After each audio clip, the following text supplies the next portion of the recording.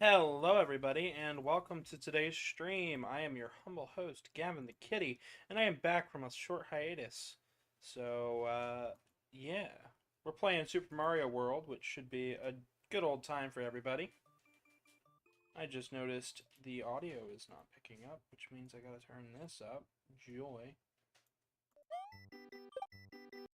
Now it's really loud. There we go. Let's see. Eh.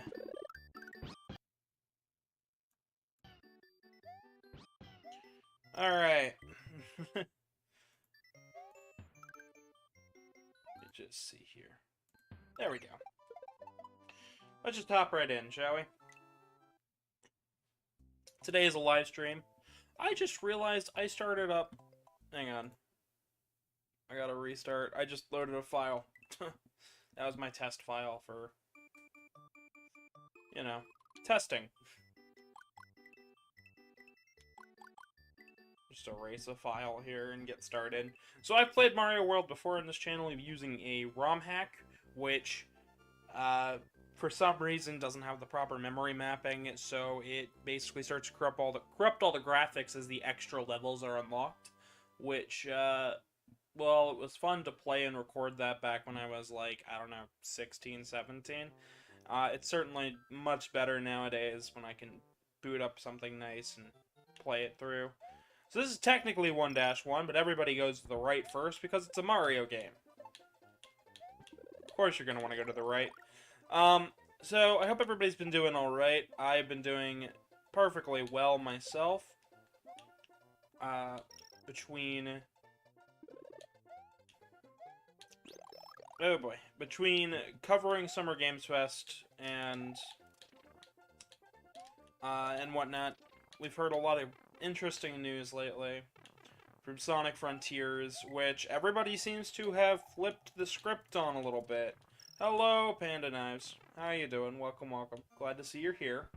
I hope you enjoyed the chaos of what was yesterday's upload.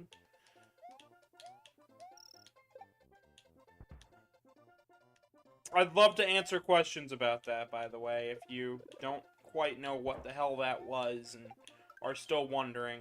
Feel free to ask.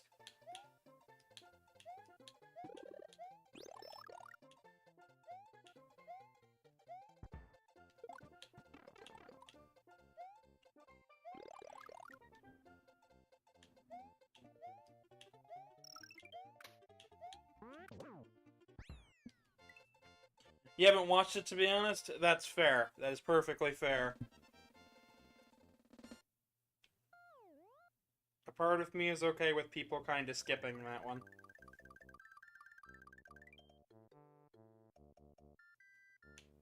Especially with how I had to get the footage and whatnot. It was scummy, but he didn't have the right to put my face on his channel, so... Sorry, I didn't ask him to upload. I asked him for the footage. And he gave me radio silence. Like, that's not cool. Don't ever do that. How is audio, by the way? Does everything sound fine? Is the game quiet enough so you can hear me? And is the, curious about all that jazz. I should be having a co-host later today, so it should be all good. Glad to see people are joining, though. This will be a 100% 96 exit run of the game, so...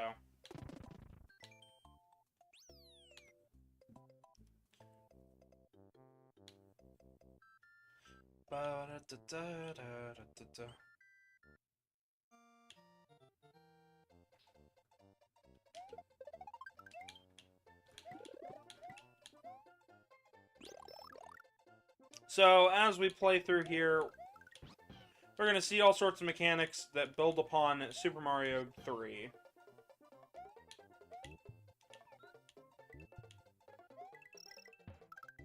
That's fair.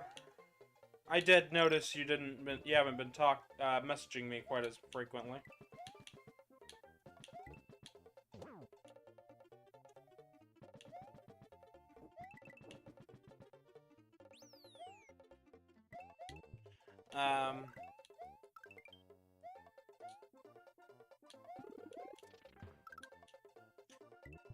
But let's get into a couple of the mechanics here. So we can run and jump just like Mario 3. He's got an invisible P meter this time, so building P speed is all based on the visual identity of Mario.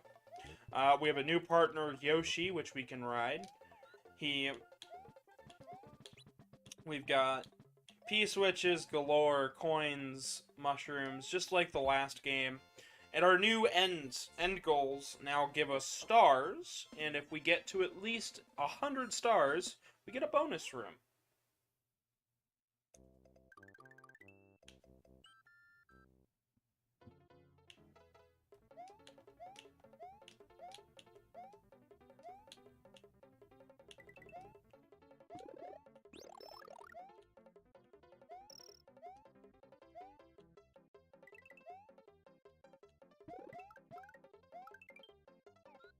Yoshi, when eating shells, different shells will give different properties. Red will shoot fire, green is a normal shell.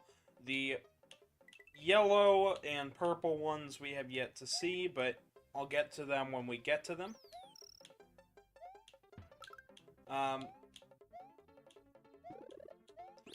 And we've got power-ups, including the Fire Flower and our new leaf, or feather power-up, but we won't see the feather for a little while. In fact, we already saw it in our last Mario upload, Mario 3, which you should probably go and check out if you haven't already watched it, but please watch this video first, because, whew, I need the viewership.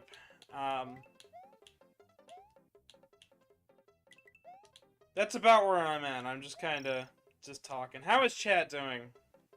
Because I know we've at least got 2 people watching.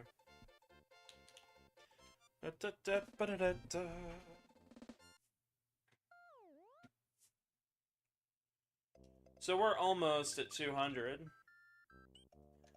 And I'd love to go over the Game Awards and how... or not Game Awards, the Summer Games Showcase, where they've been showcasing all these new games. My thoughts on that. So far, my thoughts are underwhelming. The Capcom event is later today, and I was planning on watching it, and then I realized that, oh, hey, the showcase doesn't start till 6 o'clock, and I was like, okay. And I'm not letting the Guerrilla Collective showcase bore me for another time. The PC Gaming Showcase was drab, to say the least. There was absolutely no reason. A lot of it was repeat trailers. It started out kind of neat, and ended kind of boring. Oh, man.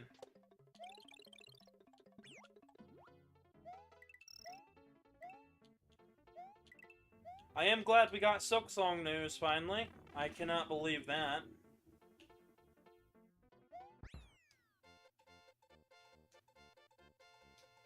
Ah, I see. I see.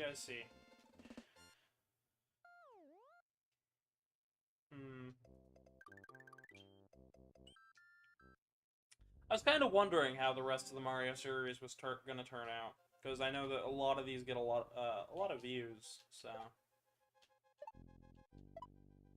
We tried for 20 likes on the, one Silksong video, because I was gonna draw Morbius, or Hollow Knight video. We didn't hit that, so I guess I'm not drawing Morbius. Even gave it plenty of time, too. I'd say this would, but I know that there are people waiting on game showcases and watching them, so my channel's probably going to take a fewer priority. It's not Morbid time, not this time at least.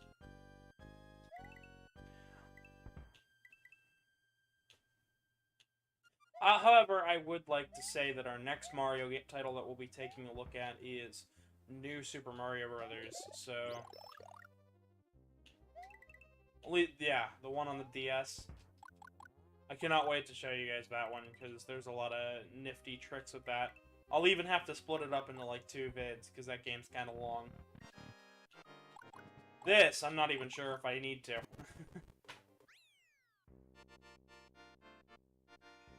And with that, that's World 1 cleared.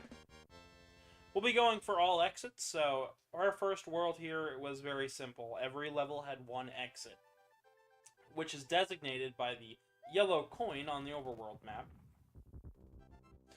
Red flashing coins means that there are more than one exits.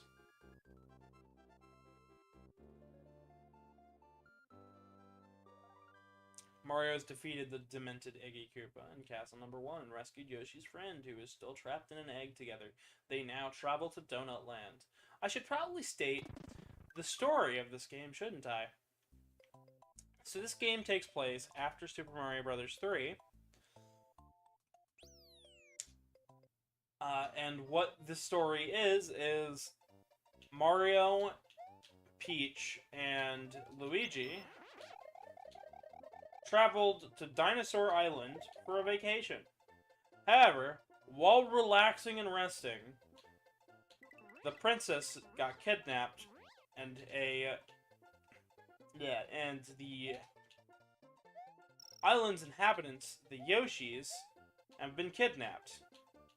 So now it's up to Mario and Luigi to rescue the Yoshi eggs and get to the end and find out who has taken Princess Peach.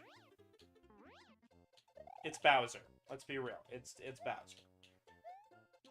This is a pretty tricky level, but it's meant to showcase the importance of the cape. The cape can allow you to fly, and the cape can allow you to fall slower by just holding the button down.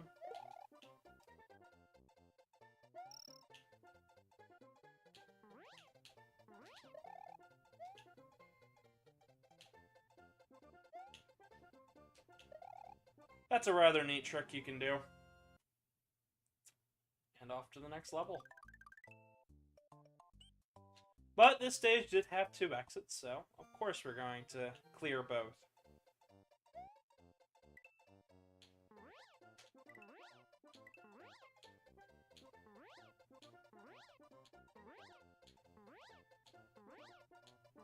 Just like what we saw in Mario 3, you can in fact gain height off of this, you just have to time it real well.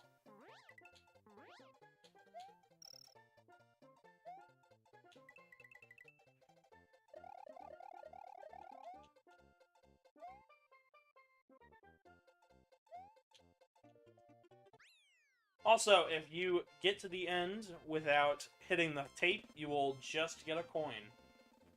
You have to cross the tape to get the star points. So now we have 2 levels. Donut Plains 2 is our next stop. This should have our Switch as well.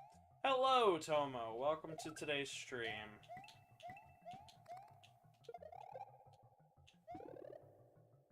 Just having a good time. Also, the cape can spin away power-ups.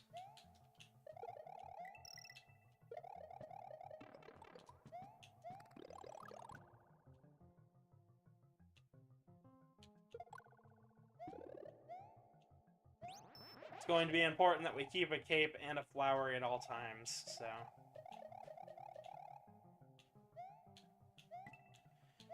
Okay.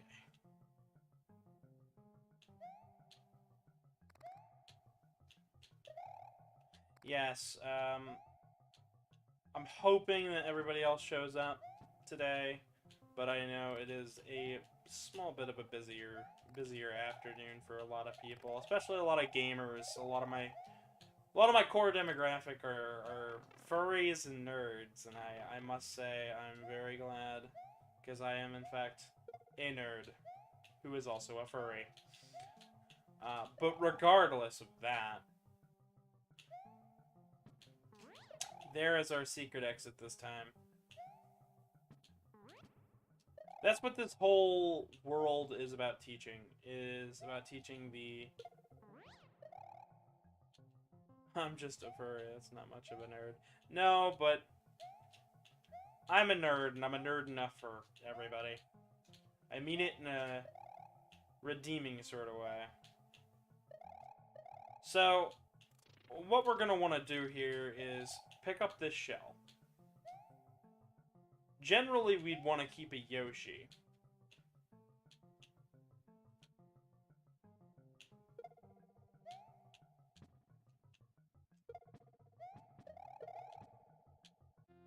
Boom! Secret exit gone. And with that, we get our green Switch Palace.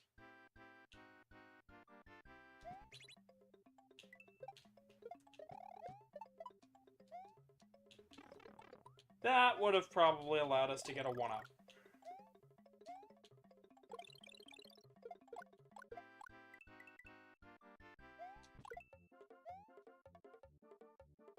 Oh well.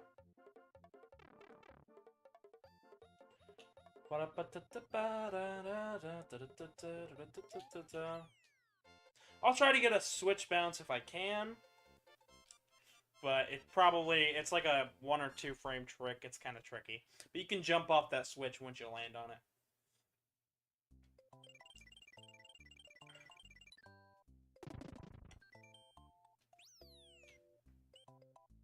Of course, we didn't finish Donut Plains 2, so let's go ahead and finish that up first.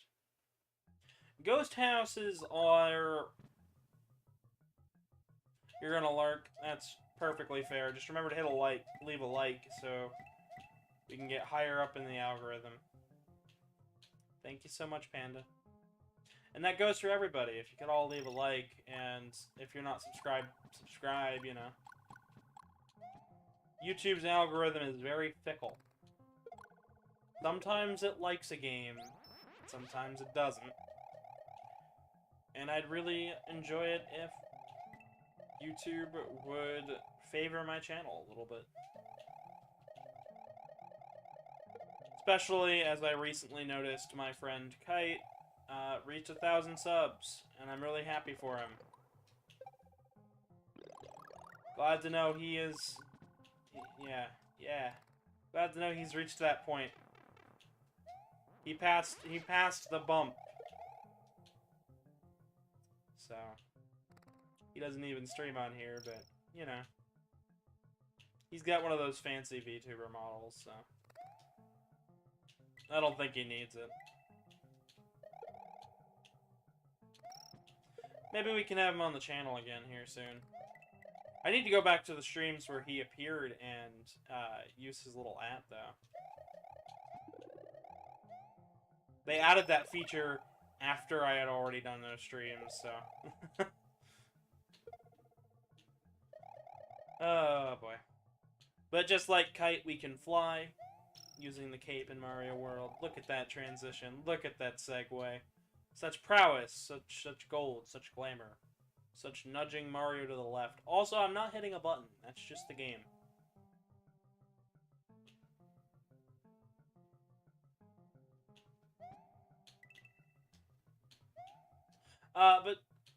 Beforehand, I talked about the dragon coins. Those coins, if you collect all of them in a level, you get a 1-up. Nothing much to it.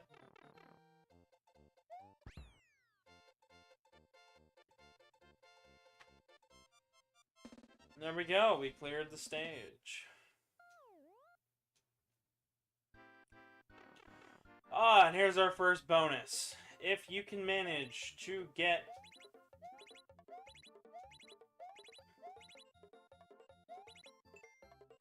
Oh, we got 2.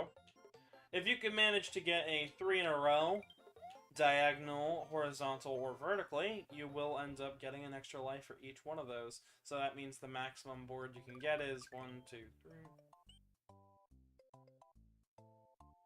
I think it's 8? 8 or 9.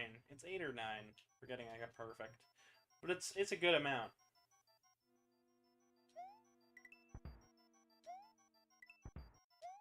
Just gonna do those little short hops.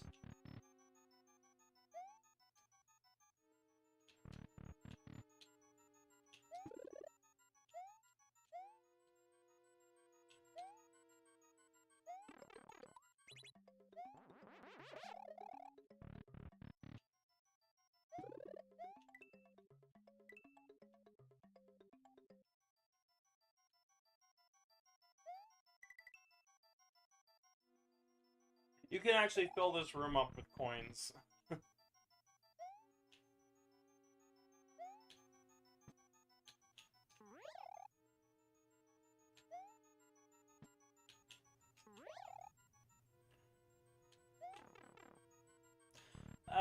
dang it.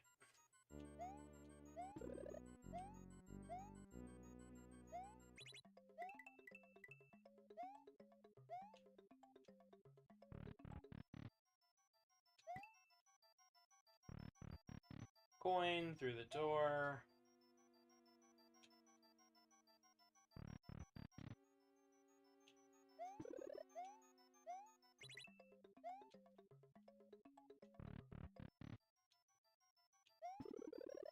There we go. I was trying to cheese it. I know a couple of the tricks here and there. I'm not great at it, but I believe that was just one of 2 exits that you can get here.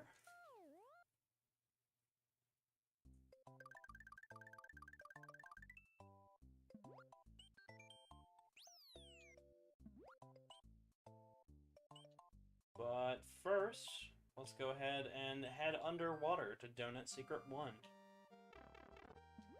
So this stage is red, so there's two exits here. One secret, one non. Alright, a secret and a secret. How secretive. How bad at Mario games can I be? Very. The answer is very. Oh. Let's go ahead and get some power-ups here. So flashing capes on Koopas mean that if you bonk them, you'll take the cape.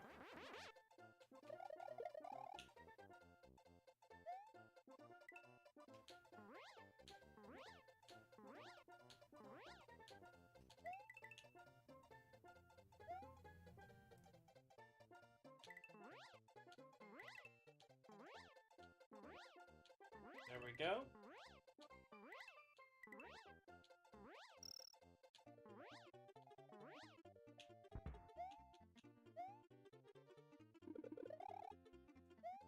See if we can even get one here. No, cool. But this is how you get the secret for this.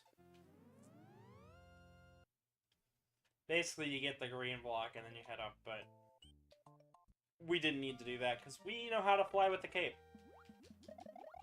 Ain't that right, chat?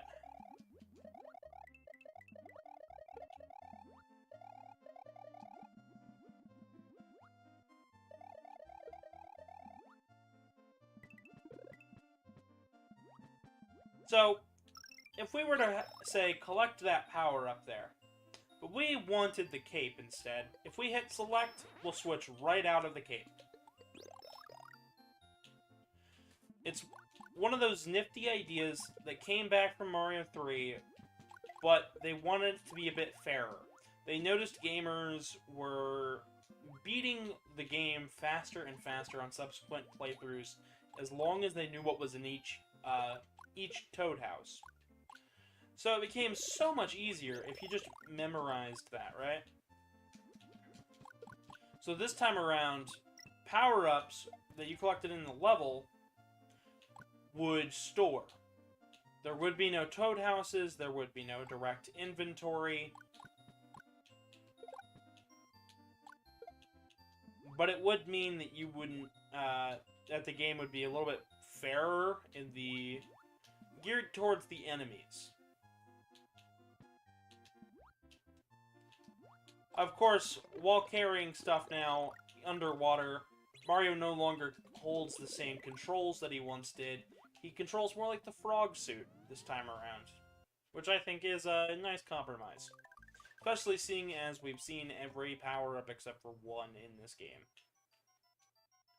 As we enter our second ghost house of World 2, we're introduced to ring boos, and if you've ever played Mario Maker, you know about these guys, because, like, they're one of the coolest little gimmicks to use. That's a springboard. You can use it to get over enemies. I believe in this game you can spin on top of boos if you can get the right height for it. I'll try to show that off if I can. Hey! Hello! Long time no talk. How have you been going? I'm okay. I'm existing. You know. Like I do. Yeah, that's not bad. I've been unbelievably busy. I know you have been. That's why I haven't bothered you. I appreciate that. Yeah, But I saw you were on Telegram and I said, fuck it. He needs to join. I do appreciate that, and yep, I'm able to join for a bit and tune in. We're just playing some Mario World here today. So. I was level to booze. I like levels with the ghost in them just because it makes me think of Luigi's Mansion, and I love Luigi's Mansion. Luigi's Mansion is great. Actually, we'll be getting to that once we finish up the 2D games. Since I'll be ending with New Super Luigi U, I want to continue that Luigi energy with all 3 of the Luigi's Mansion games. Sweetness. I believe, yes, okay. So, I've done that secret exit so many times, that I've actually forgotten about the regular exit here. So, one more time for good measure.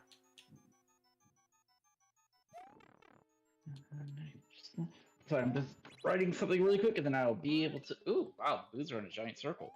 Yep. These are oh wow, that's a big boo. Yep. Yep. There's lots of big enemies. Quickly, Mario, buy a vacuum cleaner.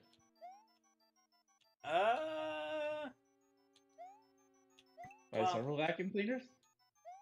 I don't think Mario's going to buy a Dyson. He doesn't listen to you now. He won't listen to you in 10 years when Luigi's Mansion comes out. Yeah, he is the one that random. Was he kidnapped, or did he actually just show up to the mansion thinking he won something? He showed up thinking he won something. I forgot which one it was. Yeah, well, Luigi shows up thinking he won something, but once Mario enters the mansion, he just gets kidnapped, so... So, for sake of simplicity, we're not going to enter that pipe yet, because I know exactly where that leads, and... I'm going to save it. I'm going to save that level for a little later. That's the fun bit about this game. I can just say, yeah, you know what? Nah, we're just gonna wait. I'm already a half hour in, so... Should be a rather meaty playthrough.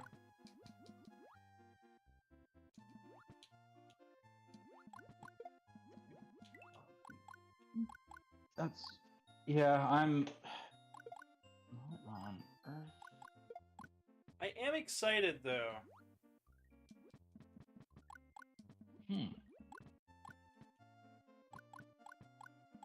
You are excited. Yes, very. Quite a bit. Because you told me what day that you're coming down here, which means I can plan accordingly. Well, I told you the dates I could come down. So I told you, like I said, it was most likely going to be the ones in July, remember? Mm-hmm. Yes, I know. Yep. But okay, good. Just want to make sure. The fun part about that is, now that I know, I can plan accordingly. Mm-hmm. Meaning I can get you hooked up to my microphone and, like, do Mario Party or something ridiculous. Ooh, that would be fun. So if you carry something to the end of the stage and it doesn't go off screen, you'll get that power up. It went off screen, so we didn't get the power up. Darn. So back we go into this ghost house to get the other exit. Why does this not want to work? I feel like that's your, like, catchphrase.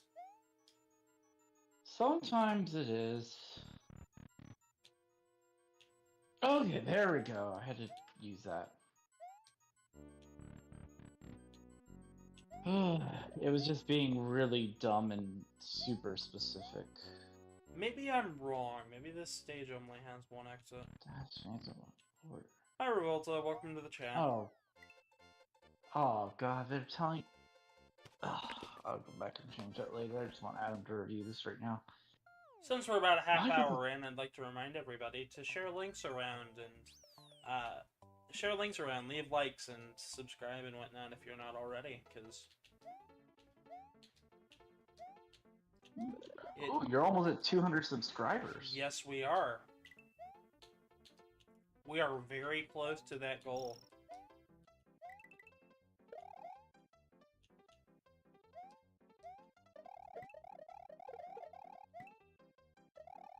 Which could only mean one thing. What's that?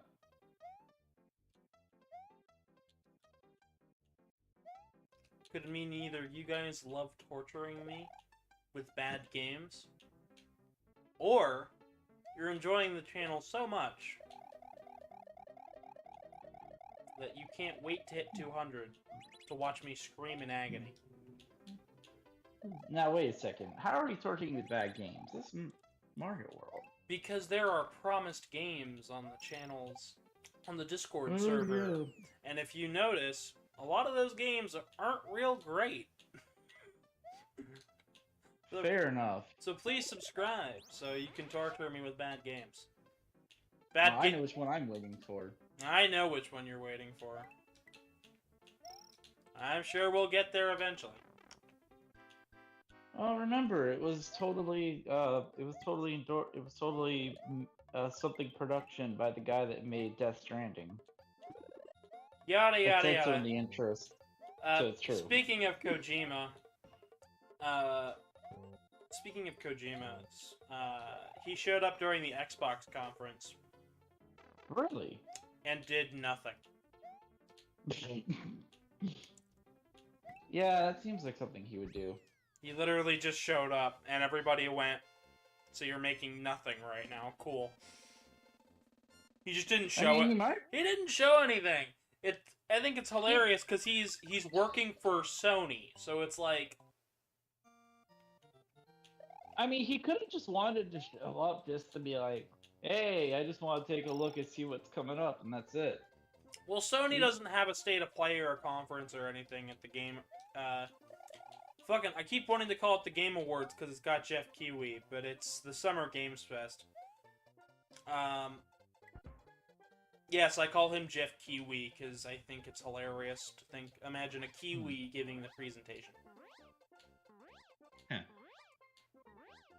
But yeah, I'm not too surprised. It kind of sounds like something he would do. Just show up and just be like, yeah, no, I'm not doing anything. I'm just here to look, see what's up.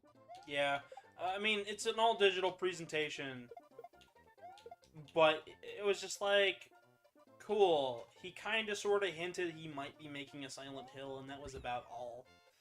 I literally got, The most interesting thing that happened was we got to see Silksong and got confirmation that it comes out within the year. So I'm like, cool.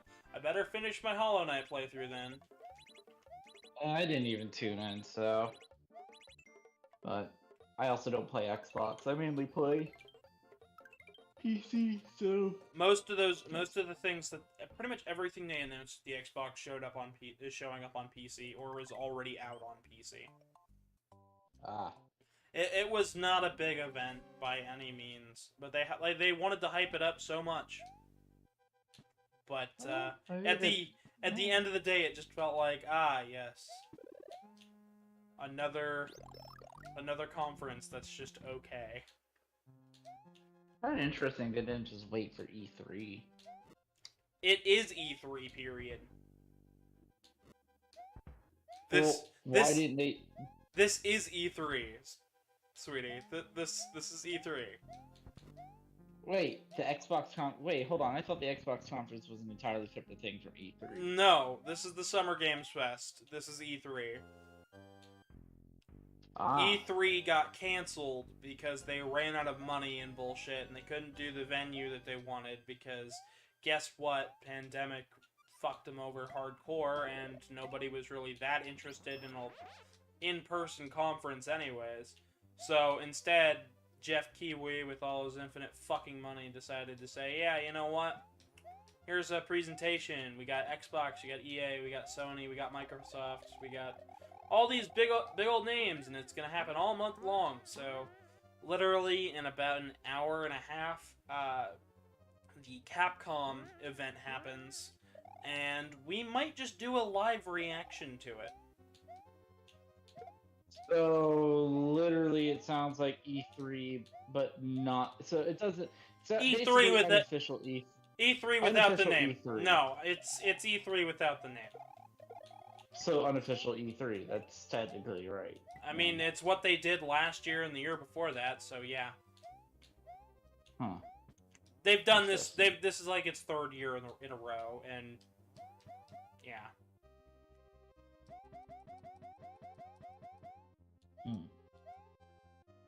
Like, this isn't the first time that we've seen Summer Games Fest. I mean, Jeff Kiwi is the guy who does the Game Awards. So, it's not that surprising.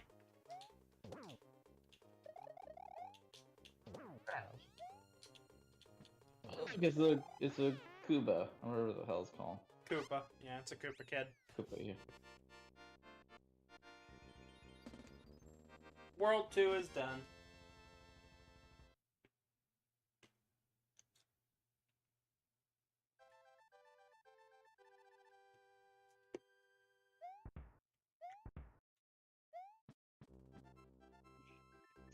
Morton Koopa Jr. of Castle Number 2 is now just a memory. The next area is the underground Vanilla Dome. What traps await Mario in this new world? What will become of Princess Toadstool? Princess Toadstool? Princess Peach got Princess Peach got kidnapped. That's right. I was just kind of surprised. Wait, her name's Princess Toadstool? Yes, it is. Oh, I just always assumed it was Princess Peach, and that was it. I was like, who the hell? It's Peach, Princess of the Toadstools. Oh, never knew that. Let's go ahead and hurry up and do Done a Secret 2 before you guys realize what area that is.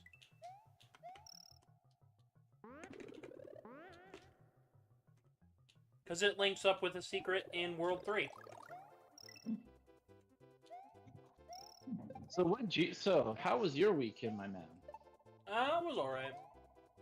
I literally didn't do a whole lot. I was kind of depressed for a little bit of it.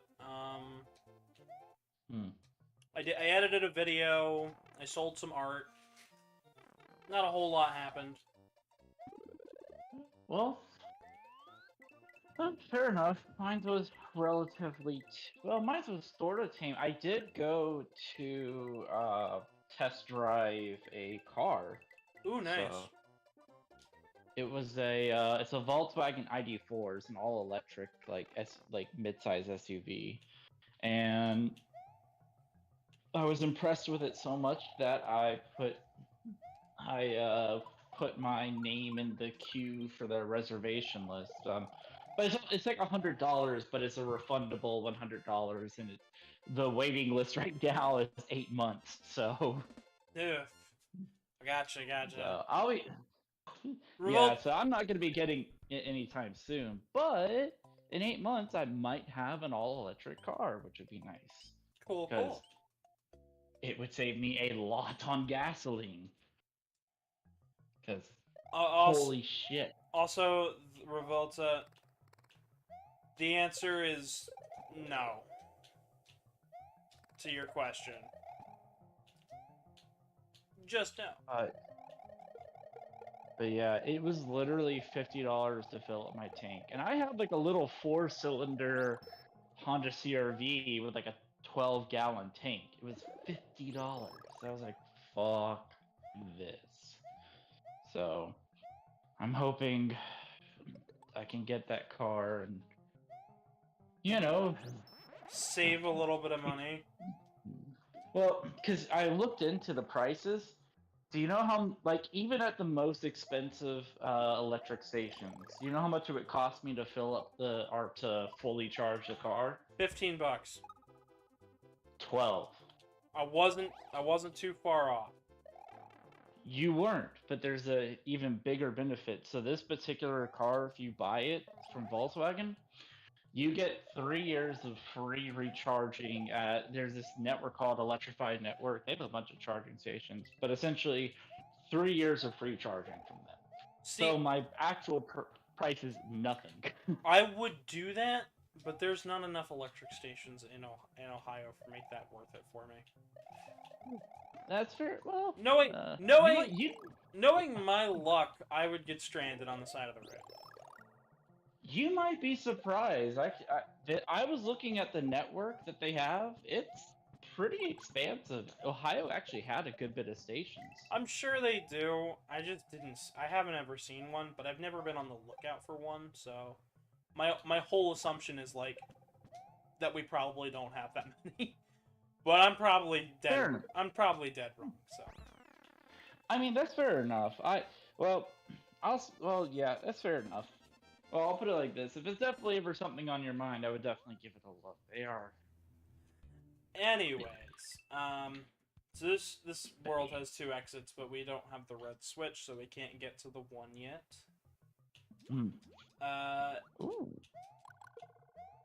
So all the stages in this world are kind of sort of underground, just a little bit, you know. Also, if you hear any noise in the background, I do apologize. Oh, you're fine.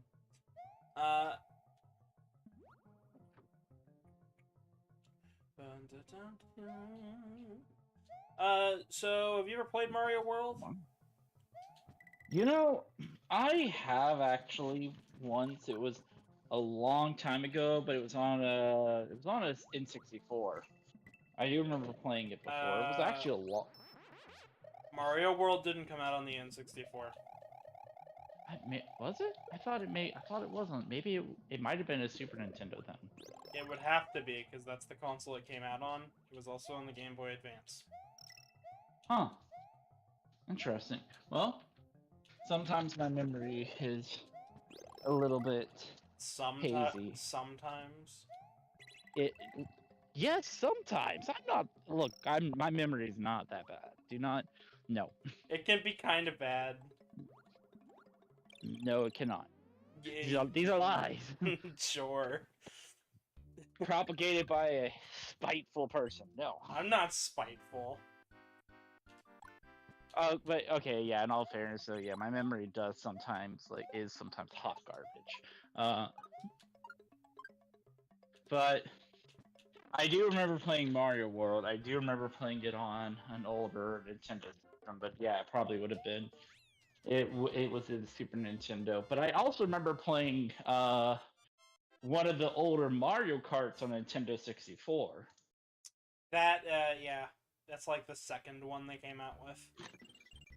Yeah. And I'm sorry that it's not the best on Switch Online, because like everything else on Switch Online runs okay and has been slowly getting updates that like fix shit. Every time they add another game, like something else gets fixed.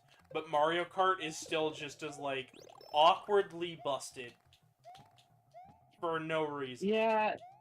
Well, part of the problem is it's just finding the actual time required to fix it and make it. Oh no! They've got the time. You wouldn't think they wouldn't. I guess when I say the time, by the time I mean the motivation to do it. Sweetie, Nintendo of Europe works on all of their ports and backwards compatible stuff. Like they got the time. They're not. Well, like I said, they'd be silly to not. I mean, like I said, I was mainly thinking of the motivation, because if they haven't fixed it yet, then... Well, it's like it got a couple of fixes. It's just not where it should be. Like the last time I played it was like a month ago, so they might have fixed it with an update. But when I last played it, it had a couple of bugs where the music would not play properly, and it would cut out at random. And it was really awkward, you know, playing Rainbow Road and then crossing a lap, and then all of a sudden the music's gone. Like, Yeah, that would be awkward. yeah. But then we go and we play Ocarina of Time, and we're like, oh, look, they fixed all of the graphical problems here. I'm like, yeah, they did. What the fuck? Huh. It was strange.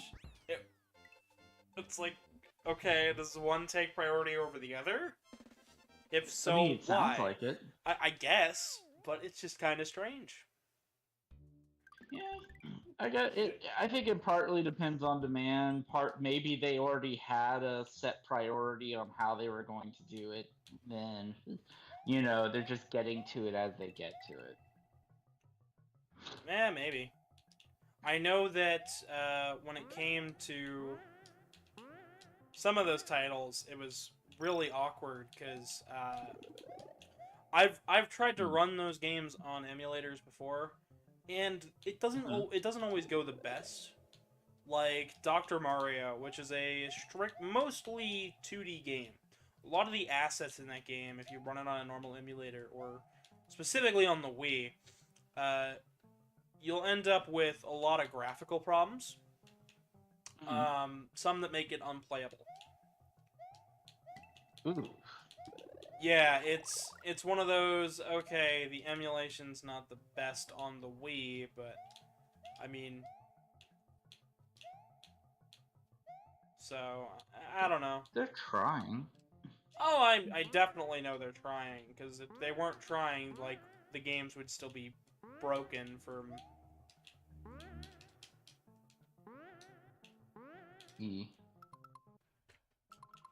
Of course.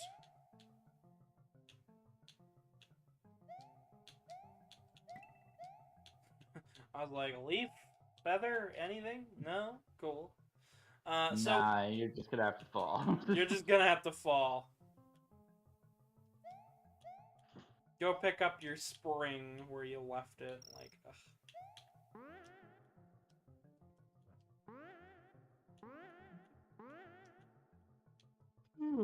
Goodness, sorry that I keep yawning.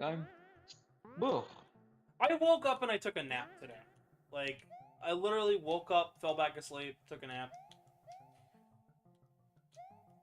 It's just a yawning kind of day. Like, that's just where we're at today. Fair enough. Okay, let's see. Feathers anywhere? No? Cool. Yay. Nope. Which means I gotta come back in this stage. Ugh. Actually, I'll come back once we get the other P-switch. It'll be easier.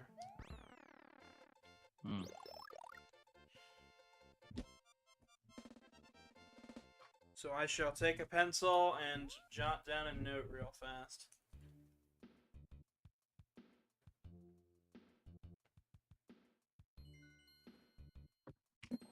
Vanilla Secret 1. Let's see what's in the pipe real fast. Nothing. Vanilla Secret 2. But this one only has one exit, so we can actually get this done really fast. Why is it called Vanilla Secret? Because all of the world names in this game are named after food. Huh. Interesting. So the last world we were in was Donut Plains. Okay. This is vanilla. The world before that, I think, was Donut? Or no. Yeah, I don't remember World 1. But I know it's... I'm going to... you can look them up if you want, but So I'm going to go ahead and say it. If there is not a world lasagna or a world pasta, then that is a missed opportunity. Well, I think they're all based on, like, sweets.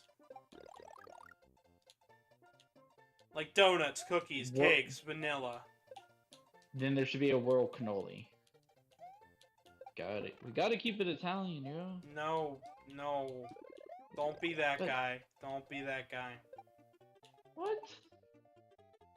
Don't be that guy. Alright. Alright.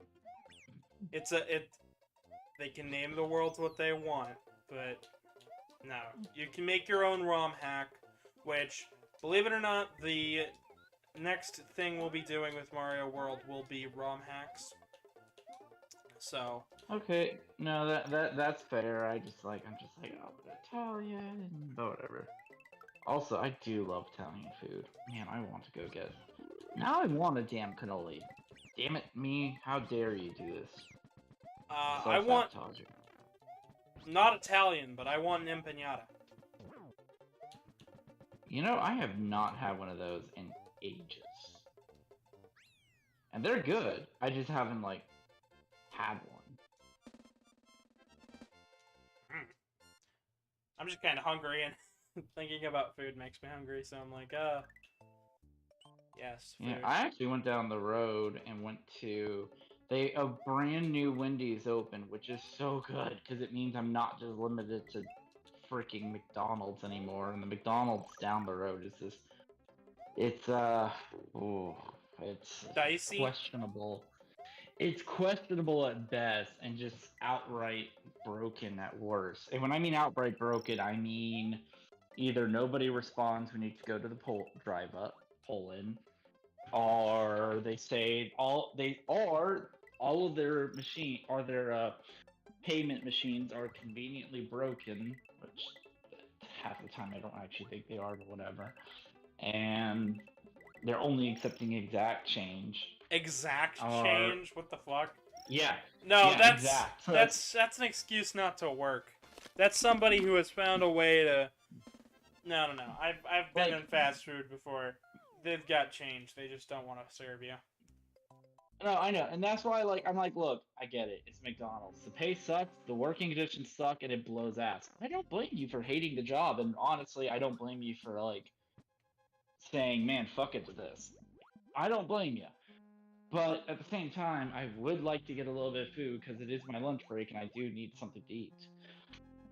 But at the time, that was the closest thing I had, and if I want to go anywhere else, I'd have to drive an additional 10 to 15 minutes. And You might be late by the time you get back. well, I work from home, so it doesn't really matter too much. But I don't want to be too late because it's already 15 minutes just to get to McDonald's.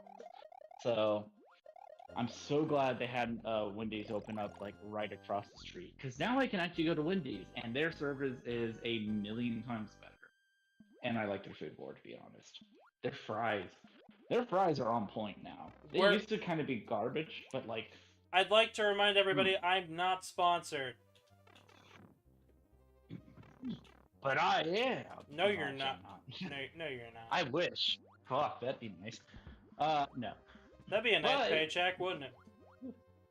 I mean, that would. But hey, guys, as a side note though, even though Gavin might not be sponsored, you guys can do your part to help him out with this, which means if you haven't, please subscribe, like the video, or if you want, there's a link down below for PayPal, right? Yes, there is. There's a PayPal link down below. You can help support Gavin Kitty, or if you would like to, you could commission him for art. He makes some pretty awesome art. And I'm pretty sure he's open for commissions right now. So feel free to commission him. We also have a Discord server, and there's a Twitter that you can follow where he puts his art on. Wow, So, you've been practicing this shit. I mean, I just know it at this point because I've just remembered doing it so many times. You've been. So- You're just like, yes. He remembers all the buttons. Bullshit. I mean, come on. There's only so many buttons after a while, you know. It There's says only- you, the person. There's only 47. It says me, the person And- who what? Says you, the person who's claiming my memories. Shit. Okay, fair enough. Yeah, I can't remember. I remember to help try to promote you. God. God. But seriously though, But yeah, seriously though, guys, support Gavin. He's pretty fucking cool, and he definitely would appreciate your support. We did it. I beat the level. That was Reznor. Whoa. We'll see him again in a couple games. Like 3. I'll be back in a few sequels from now. Butter Bridge. We're not gonna do that yet, because that's the next world. Butter Bridge. Mm-hmm. I like. That makes me want some butter on toast with a little bit of jam, or raspberry preserve. Raspberry preserve? Just call it jelly. Just call it jelly. Preserves and jelly are very different. Let's be real though, apple butter's where it's at. I don't know. I never I really like see. I just don't like apple butter that much. Apple butter's good. I'm not gonna look. I'm not gonna turn down apple butter. But if I have options, it's definitely not my first choice. It's definitely my first choice. If you got apple butter and you don't share, especially homemade apple butter, I will be upset. See, the issue for me is that it's that buttery flavor mixed with like a really sweet apple. What? Like, no, there's no butter flavor in apple butter, you goober. Have you not been having an apple butter? You've just been having apples with butter? I must have been having some really cruddy apple butter then. No, it's actual apple butter. It just always had like a little bit of a buttery flavor, and I never liked it. Yeah, no, it tastes mostly like apples, like an apple cinnamon twist. Maybe I need to try apple butter again, because the apple butter I've had, I've never really been a fan of. Well, maybe I can get some homemade stuff before you get down here then. Oh, that might be possible. I'm like I said, I'm willing to try it again. I won't turn down something unless like, I will try something twice. But then again, like I said, I don't hate apple butter. It just isn't my first choice. What is raspberry? Okay, so if your first choice is like a jam or a preserve or whatever. Yes. What's your fourth choice? What's the choice that you would never reach for? Fourth choice? Yeah, like the choice that you see and you're just like, do we have anything else? Like if there was ever a cherry kind of jam. Really? You don't like cherries? No, I like cherries, but I don't like it. Okay, here's the way I can explain it best. I like cherries, like actual cherries. I love those. I will eat them. I will eat an entire bag in like 20 minutes or less, which I have done before. Like I've eaten a pound of cherries in under 20 minutes because I fucking love actual cherries. But cherry flavoring, like the stuff that they put in like Pop-Tarts, that they put in preserves, that they put in like, or machino cherries, the ones that are in like, you know, the machino cherries are great though. I mean, I like those. They're okay. They're so sweet, and they're just like in that sucrose preserve. Like cherry flavor, like the flavor they put in stuff is just I just don't like it. Cherries by themselves, all day, every day. I will eat those like there's no tomorrow. Are you the same kind of person who hates tomatoes but likes ketchup? I actually like both. Okay, that's good. My little brother's a crazy person. Doesn't like tomatoes, loves ketchup. Well, my younger brother is the same way, so... Strange, right? Like, it's just tomatoes. I think it's the texture. Of a tomato? Yeah, I think it's because tomatoes are a lot more... They're a lot more watered down in flavor, but they also have all the other, like, slightly, like, chewy but not quite insides, you know, like I can get it because it's so I don't so yeah I don't blame if people they don't like tomatoes but they like ketchup. It's I just think it's kind of a silly thing. well, I mean, I don't like cherry flavored stuff, but I like cherries. But I mean, it does sound a little bit, but when you do say it, it does sound a little backwards to say you like the flavor of something, but you don't like the actual thing itself. Yeah, It'd like be like if I it's... like I like it'd be like I like strawberry jam, I hate strawberries, which isn't true. I like both, by the way, but it'd be like saying that, so I can get you. It's just kind of strange. I don't quite get it all the way. I just chalk it down to texture.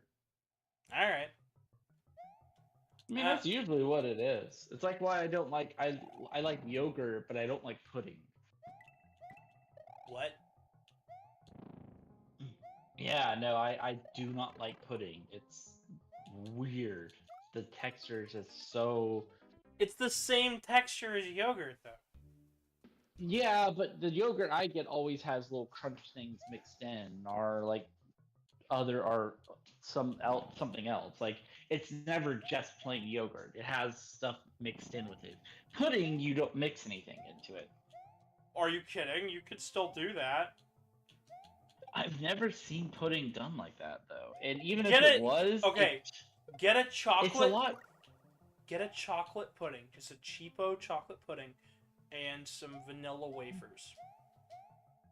Okay, no, I know what you're talking about. It's still a no-go because it's a combination of the fact that pudding's texture is a lot silkier than No, yogurt. you mean Every time I've had that's pudding, the other way around. no, every time I've had pudding, it's a lot silkier than yogurt. Yogurt is always a lot less silky. And Are you then buying like fancy ass shit? Cause like pudding is like thick. no, but it's thick and silky are different. Yeah, but when I So, think but silky, I think wispy. I think thin. I don't necessarily think that. That I don't. But regardless, pudding's texture just throws me off. Yogurt does not, and yogurt I like, and also yogurt tends not to be quite as sweet as pudding in my experience. Pudding's always a lot sweeter, different flavor. So it's just, I just don't like pudding. I like yogurt, not pudding. You know what I like? Hmm. Just about anything. Honestly, I'm not picky. Fair enough. Ooh, wait, is that a lava raft? Is that a raft of skeleton heads on a lava river? That is a blarg. It is a lava dinosaur. They were supposed to show up in Mario 64. In fact, some of the code still exists for them, but they are way too broken to be, like, fully utilized. So each one's an individual dinosaur, Yes. and They're called... they swim in lava. And they are called blargs. Yep, they are lava dinosaurs. Interesting. And what is that, like a city kind of thing in the background? All the blinking lights and tall towers? No, those are stalactites and stalagmites. And those are like glittering gemstones. Oh no, Yoshi! Oh, My bad. poor Yoshi. Oh well. Yoshi transforms back into an egg and teleports to the nearest block. So, Well, that's good at least. don't worry. He does not die if you throw him off a pit. He's got magic. Oh, well, that's good. I like knowing Yoshi's magical and safe. Magical and safe. Alright. We're coming to the end of World 3. Ooh. So we've got. So the showcase at 6 today is the Capcom showcase, and they said they're going to be going over games we already know about, including Resident Evil 4 Remake, Monster Hunter Sunbreak, Monster Hunter Rise Sunbreak, and Returnal, which is their new multiplayer dinosaur shooting game. Gotcha. I unfortunately will not be able to tune in just because I also have a meeting at 6 o'clock with my professor for my thesis. So That's fair. Yeah. So I unfortunately cannot tune in, but nonetheless, hopefully the Capcom presentation will at least be interesting. I hope it'll knock my socks off. They said there's going to be a couple surprises. Recently, they showed off the Capcom Arcade Second Stadium, which is more arcade games that they are porting to console. Some of which for the first time, and some of which I'm very excited about, including Saturday Night Slam Masters, which has artwork by the Fist of the North Star artist. And holy shit, that game looks so fucking good. And I'm hoping that they announce maybe one new thing, at least. But knowing that it's mostly going to be already announced stuff does not give me that much hope. So that's a Magic Koopa. This is their first appearance. Wizardry skills. They would follow you throughout the whole stages, so you'd get there'd be two by the time you got to this point in the stage. Oh, there's another one.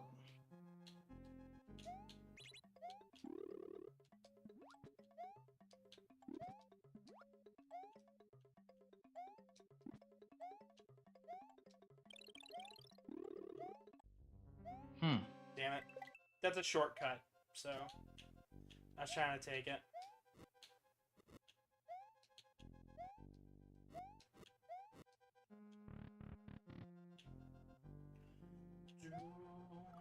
I couldn't jump.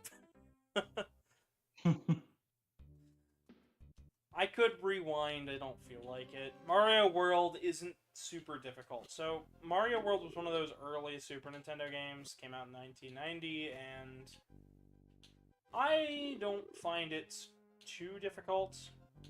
I don't find it super easy, but it's a good mid-range Super Nintendo starting game. It's like a game you could just have a little bit of fun with and not have to be too serious about it the whole time. Exactly. I don't know if you noticed my live counter, but I am already at, I'm already all the way up at, like, 33, so... Nice.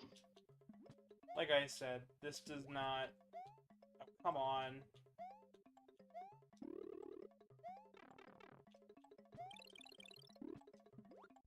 People do seem to love Mario. They do. I tend to get quite a number of views on the Mario videos I do, but... Mario World is a game that everybody's seen to death, so I don't expect that many on this one, honestly. Granted, I didn't expect 100 to 200 views on Mario 3, so... I could be very wrong. In fact, I'd love to be wrong. That would be nice. In fact, I have no idea what viewer count we are even at right now. Desperate plea for the Game Awards to end very quickly. Also, happy Pride Month to everybody. Woo! It is still Pride Month. It is still going on. And, it is a good month. It's an alright month. Sometimes I just kind of struggle through the month, but there's an alright reason behind it. Usually, I use the E3/video game announcements to kind of like tide myself over, keep myself distracted. this year with hardly anything being announced, I'm like, oh, hooray! I got jack shit. But speaking of jack shit and how stupid some people can be, we got more Sonic Frontiers footage. Oh. And guess what? IGN should not have gotten the Sonic footage. IGN should not have been the first ones to show off that game. Because their aimless wanderings did no help to the rest of the... to that game at all. Ooh. Yeah, the new footage we got from the Summer Games Fest has basically flipped the script. A lot of more people are feeling a lot more hopeful about the game. Especially hearing that there are 5 different sliders relative to Sonic's speed, his controls, his jump. You can basically make Sonic control how you want him to control. So, I'm very excited about that. So that's World 3 finished up.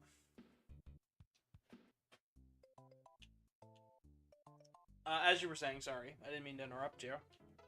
Oh, no, you're all good. I was honestly just... I was just listening in, or listening to what you were saying, so... Yeah.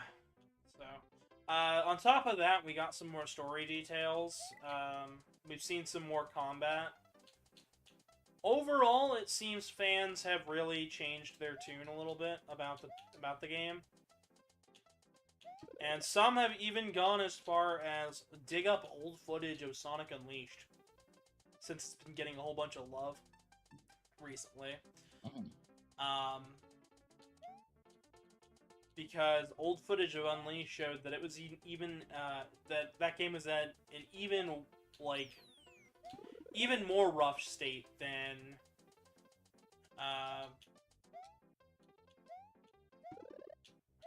yeah, it was in a rougher state than Frontiers is right now.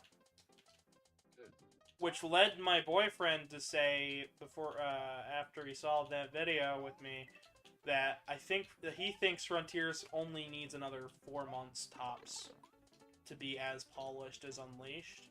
And my thought is, so what if we give them 6 months, the rest of the year, to finish polishing this game and it comes out in December? I mean, to me, that would make sense. It would make perfect sense. Make it come out later on in the year. I think it'll come out in November. That is my guess.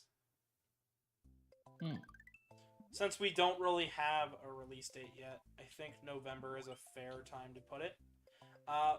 We're gonna go back to World 1 and get a Yoshi real fast, because that's like the fastest way to get a Yoshi. And then you could go back, grab a Yoshi, and come back, get the secret exit. Yep. Yeah, I didn't know that. Oh, Donut Plains. I guess we'll get to see it. The World 1 was just called Yoshi's Island. Okay.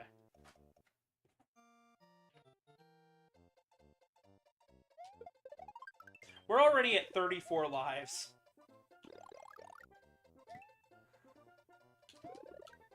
Remember how I said I find this game kind of easy breezy? I think Mario 3 is the harder game. And Mario 3 was on 64, right? Why would Mario 3 come out after this game? Well, isn't this Mario 1? Or is this Mario... This is Super Mario World. The full title, the full title in Japan is Super Mario Bros. 4, Super Mario Bros. Super Mario World. Ah, for some reason I was thinking this was Super Mario World 1 or 2. No, 1, 2, and 3 all came out. Super Mario Bros. 1, 2, and 3 all came out on the NES. Mario World came out on the Super Nintendo. And then we didn't get another classical 2D Mario game with new levels until New Super Mario Bros. On the DS. Huh. Well, now I know a little bit more about the history. Educating. That's what I do. Because I know way too much about these games. Knowledge is half the battle. Knowledge is half the G.I. Joe, something something I don't know. G.I. Joe. I've never actually seen G.I. Joe, and I don't really care to. I've only seen parodies of it. I've never actually seen the actual show. I've seen parodies, but I don't ever care to watch it. Because from what I've seen, it's just really patriotic and for really no good reason. And I'm like, ah, yes. Okay. I've seen the Futurama parodies and the Robot Chicken parodies. Well, of course, everybody's seen the Robot Chicken parodies. G.I. Drones, which would be more accurate to today. Probably, yeah. I don't know. I'm not patriotic enough to give a shit. Fair enough. I just find it funny.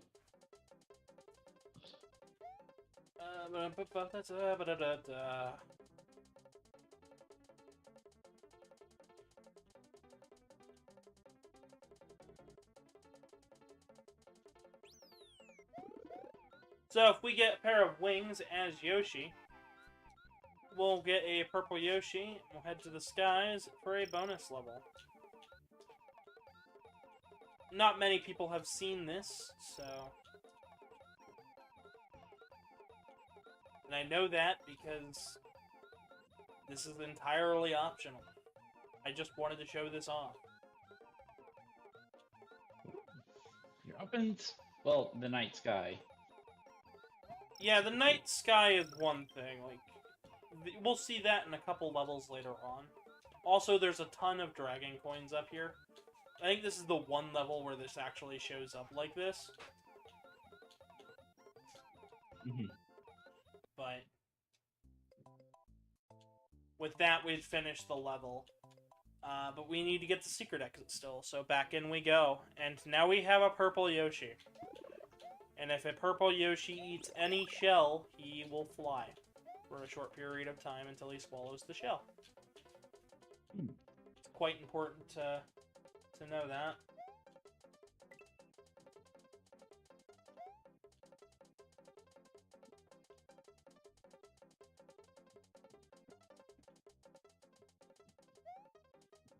But once we finish up the secrets and whatnot here, we're going to move on to... Sorry. There you go.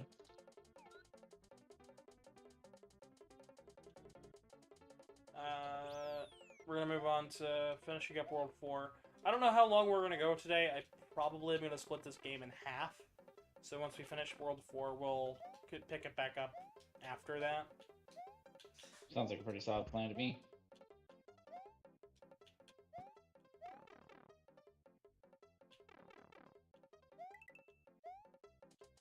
I honestly, for the life of me, cannot remember... Alright, we're gonna leave Yoshi here, because... While I could probably take him to the end with me, I don't know where the exit is, and... There are some pretty nifty tricks, though. Ah, okay. That makes a lot more sense. What are those? What? Are those gigantic saws? Yes. Why? Who built this? It was like, aha, yes, giant saws on tracks. Bowser. In the middle of the air. Bowser. Bowser is... Bowser is just not very good at this. Very good at what? He didn't do anything. I am going to rewind here, because... No. Design of, like, these... of a defense system. It's just a bunch of saws flying in the air.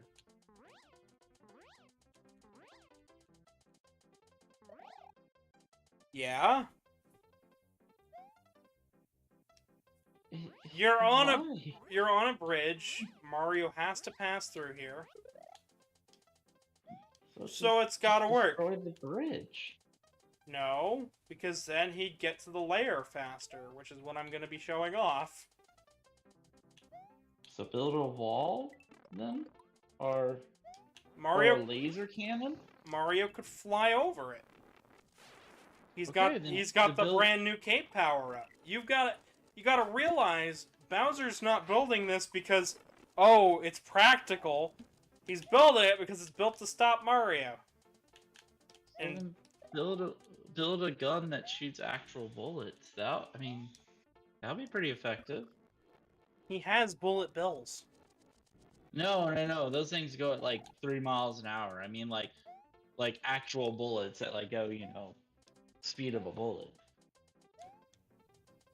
Listen, your idea of good game design and my good game design are two different things, bud. Very true. Well, then again, I also think about it from a purely what's the most efficient method to do this using as little capital as possible. Capital is not a thing. He's a fucking wizard. That's a good point. Okay. I'll come back to that, because I have absolutely no idea how to do that.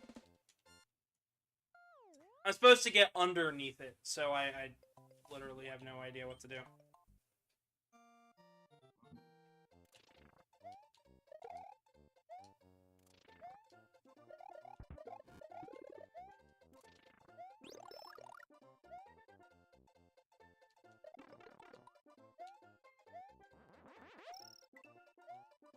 I might just...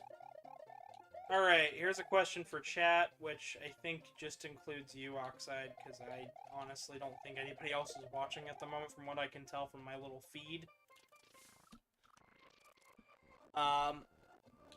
Should I do a reaction to the Capcom showcase? I mean...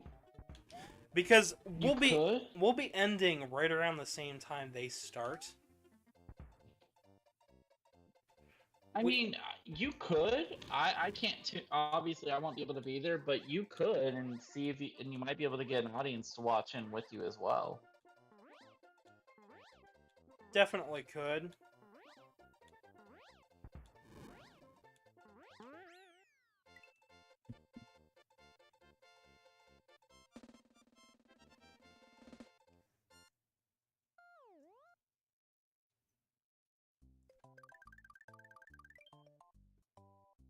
So what we have left here is Ludwig's castle, but we can also go back and finish up the other secret up top.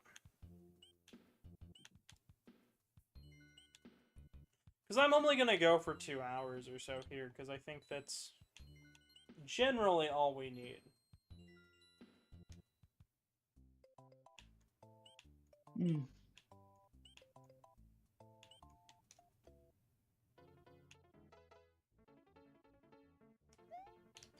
And of course, we get the auto-scroller.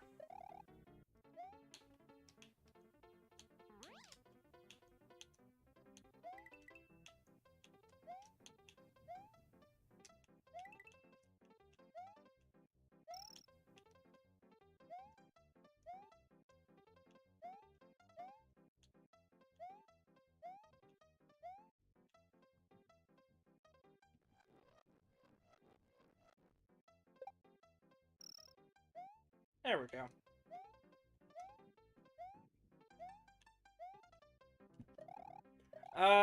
So apparently we might be getting a Nintendo Direct as well this month.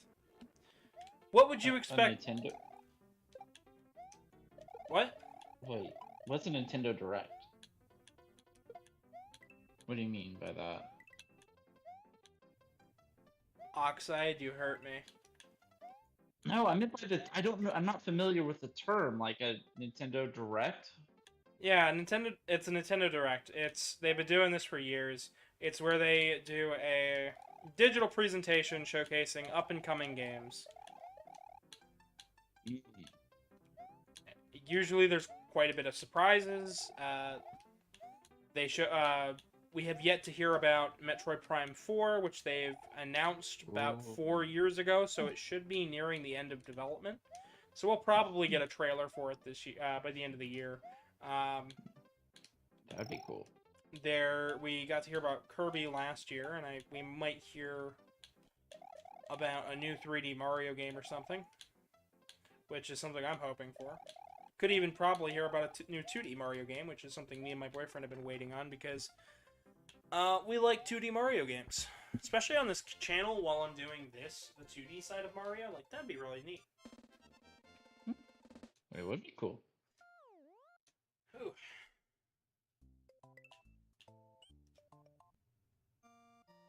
Although Metroid Prime 4. Oh god, I would love that. Well, we already have the title. We have what it looks like, but we don't have... Oh no, I know. I just like I want to see what they've done with it. That would be... Yeah. That'd be cool. I mean, especially because Metroid Dread was really, really good, so...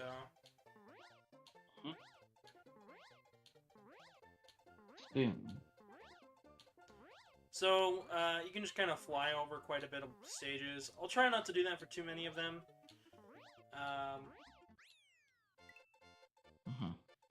But yeah, it's never once too hard. It's never too hard. Never too hard to do that.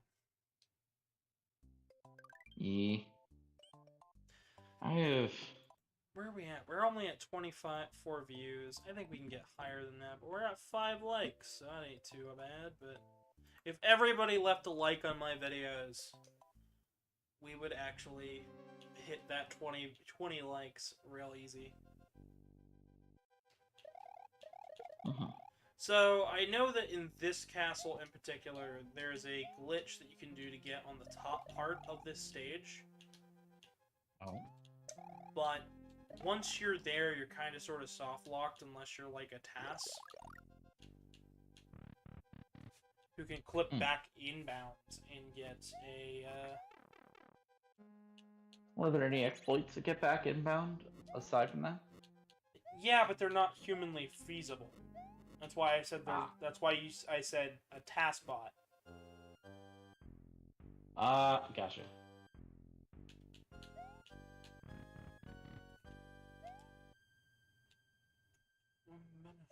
For those who don't know, a TASBot is a tool-assisted speedrunning technique to where they go frame by frame and put in specific inputs at specific frames to get the same RNG every time, or to possibly beat the game as quickly as possible and exploit glitches that might not otherwise be possible. Sometimes task tricks can be done like as a person, other times not so much, because it's like doing like 20 frame perfect inputs or whatever. It can be kind of tricky. Sounds like speedrunning, but with more cheating. It is, and it's really cool. It's really entertaining to watch. They did one of... Oh shoot, what was it? They did one tool-assisted speedrun of Brain Age for the DS, where they tricked the game into reading specific artworks as the math equation solutions. Ooh.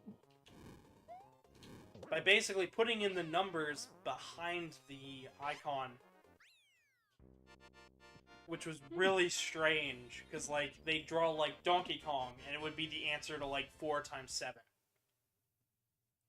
Interesting. It's really cool to watch.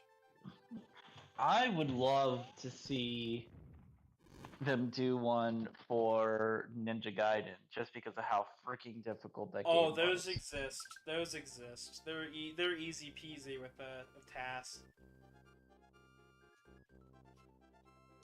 Now we just need one for Elder Scrolls. Maybe. So that's the thing. A lot of TASBot stuff has to be on older consoles, because all TAS means is a tool-assisted speedrun.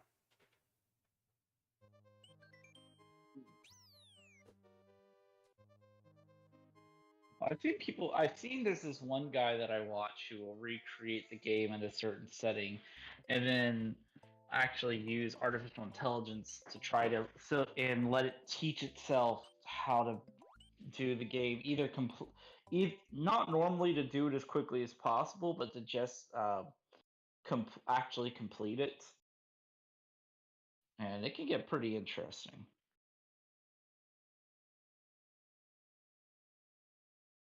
Hang on real fast. I'm going to be looking up the secret exit for the cheese bridge. So that way then we can have a nice fresh start starting from World 4 on next time. Gotcha. Seeing as we are at 5:30 and...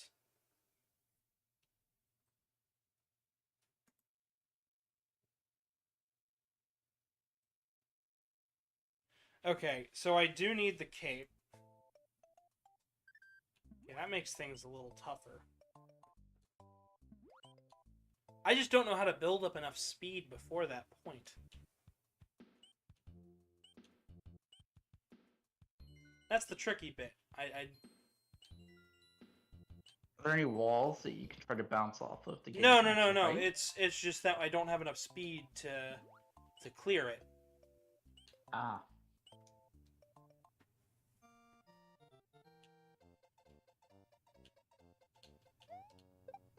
Would Yoshi be able to? I don't know if Yoshi goes faster or not, but...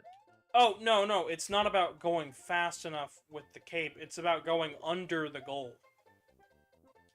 Oh, okay, I got you. So I need to get enough speed to go under the goal, but then go high enough so I can go past it. Okay. And I accidentally hit the full screen button. So now I gotta fix my screen resolution. Joy, oh joy! Screen resolutions, more at 11.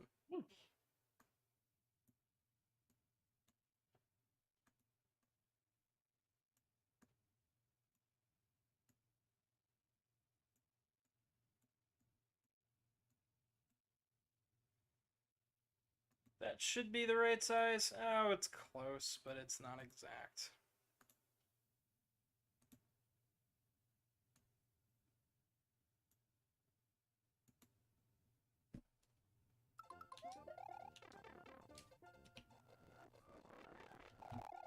All because I flubbed up and hit a button.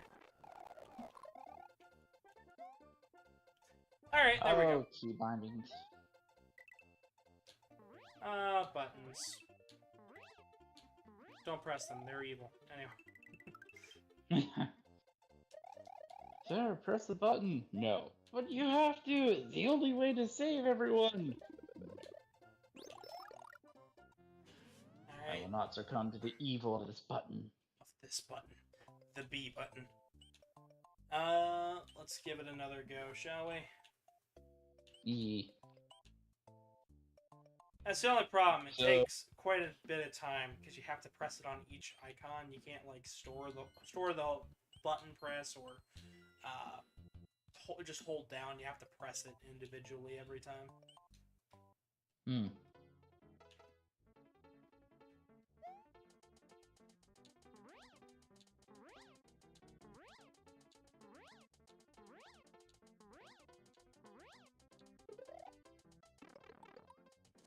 That did not work. Kind of feels. Huh? Kind of feels like an antiquated. It sort of feels like, or at least the flight dynamics with the way he bounces after you press the button, almost feels a little bit like an antiquated Flappy Bird in a strange way. Yes, it's more of... So when I tap the button to the left, I dip my nose up. If I press it too soon, I don't gain any height and I stop my momentum. If I press it too late, then I've already lost enough speed that I won't be able to gain it back. Fair. So what I want to do is...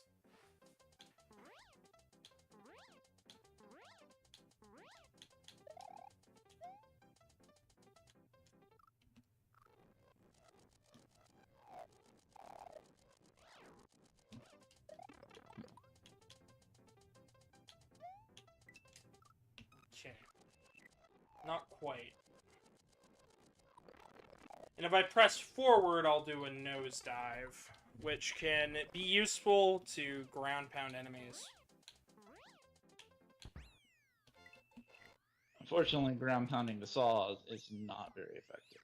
No, it just removes the cape.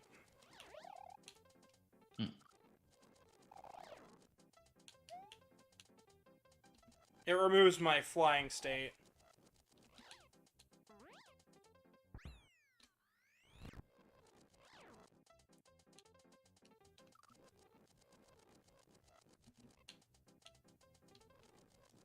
So what are you trying to do right now, exactly? Get to that secret exit.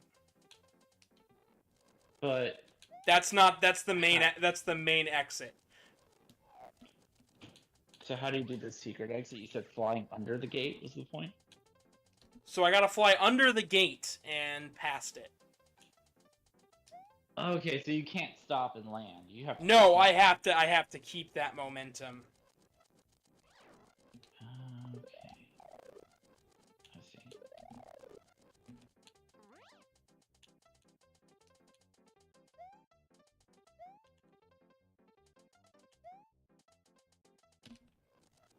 So in Mario 3, you would have been able to build up enough speed with glitches and tricks. I don't believe that's the case in Mario World, but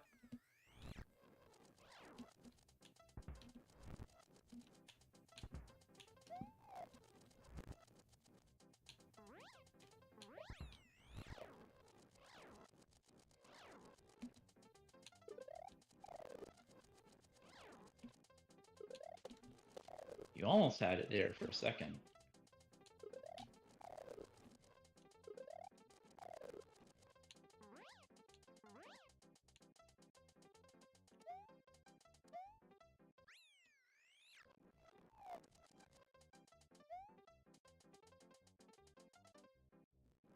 no, if I hit the button a bit too late, then I will just end up not jumping.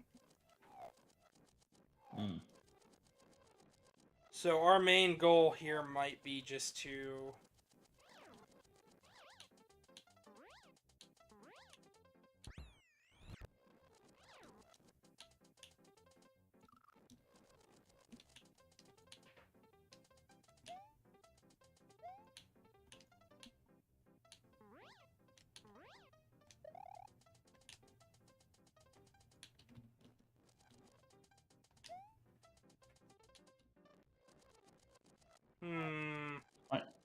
So why not just do an immediate nose up right before you get too close? Because it just stops momentum. Hmm.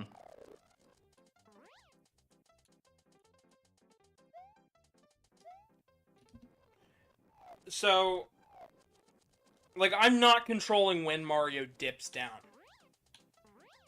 That's all based on momentum. Gotcha.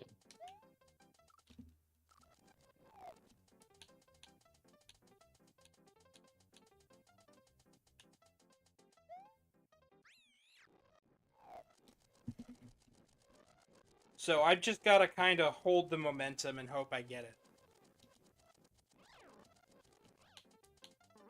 Well, hopefully you'll be able to. I'm hoping so. I've got 20 minutes left in the video, and that would be one extra level. I could showcase a neat...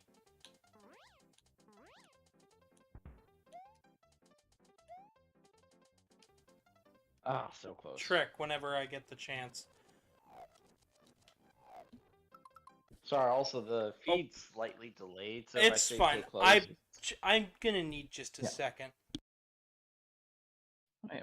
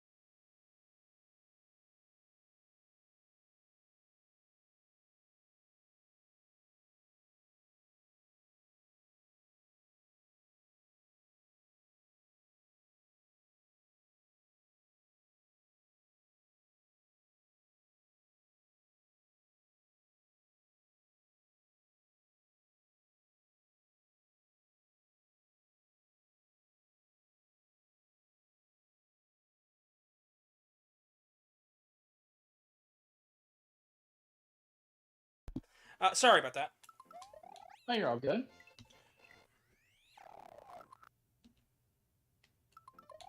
Sometimes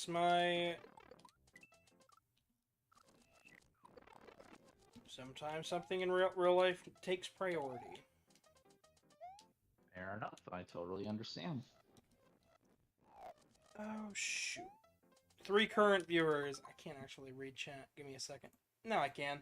You're back? Cool. Welcome back. I'm still trying to figure out how to do this. I think I've got to restart because I lost my momentum there and I need to give it another go.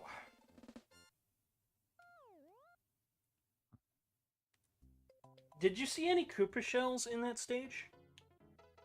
I don't recall any. Not that I wasn't specifically looking for any, but I can't recall them. I can't either. That's why I'm like, huh. Because if there is, like, a Koopa shell at all... Yeah, you could use that to gain some momentum. Yeah, I could take a purple Yoshi in and really wreck some shit. There is a special world in this game, and I do plan on covering it, just like we did with Mario 3's e-reader levels. Which we'll probably end up getting back to those eventually. But I wanted to get Mario World started, because I know you guys have been waiting for that ROM-hacked Mario World that I got sent by a viewer, so... Ooh. Yeah, thanks, ROM hack, let's go!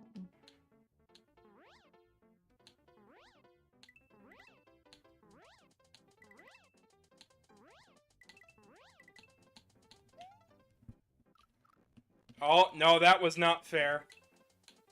Ah, damn it, you really had it going.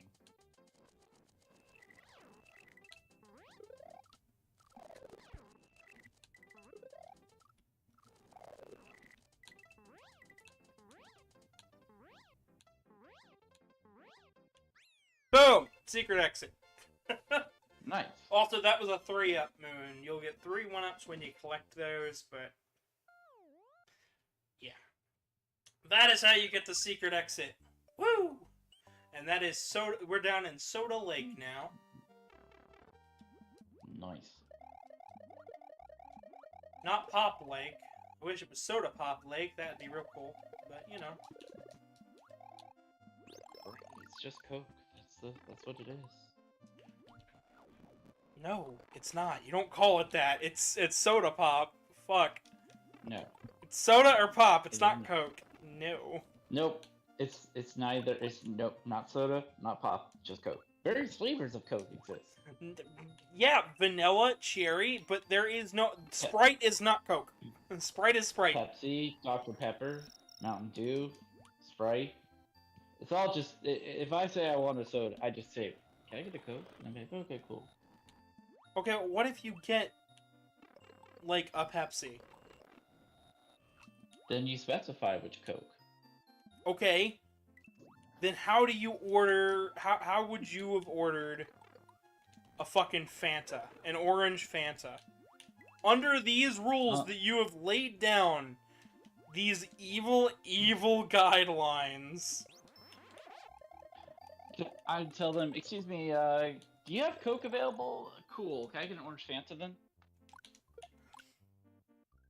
As a fast food worker, I would punch you. Oh my god, I would hit you. Because I'd start initially reaching for the Coke when you ask for Coke. Clearly, you are not... You gotta remember, I'm from the Deep South. Everything is Coke. Wrong, and wrong. It's soda pop. My grandfather calls it soda pop. I call it soda or pop. Either or. No. I don't care. Both are right in my eyes. But Coke is just wrong. You only say it's a Coke when you actually want a Coke.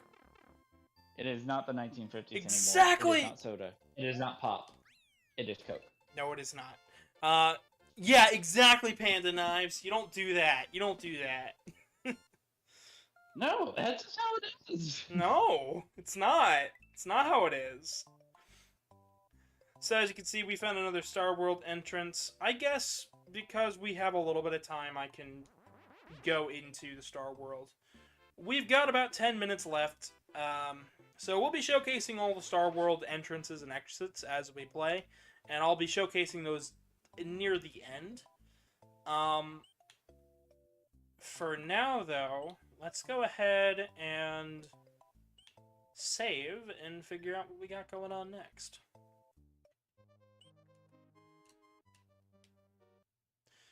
So, I think the best way for me to save right now is going to be to clear out a little bit of the secret forest.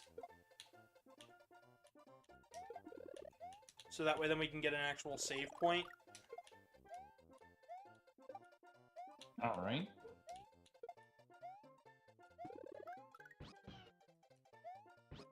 Okay.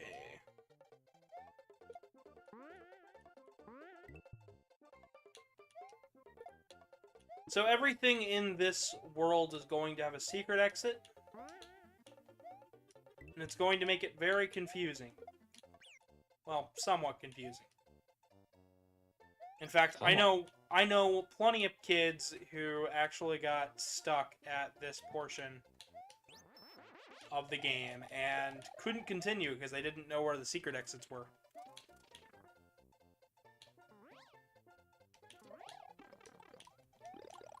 This one's fairly easy, though. As you can see, it's down there. All you gotta do is hit that, grab the P balloon, which is the power balloon, and you just fly under here. The P balloon works differently than what you saw in Mario Maker 2. Ooh. So, it actually doesn't feel as, awful to control. It feels more like you're controlling a balloon. Let's see, that's good. And with that, we've got a ghost house, so. Ooh, spooky ghost house.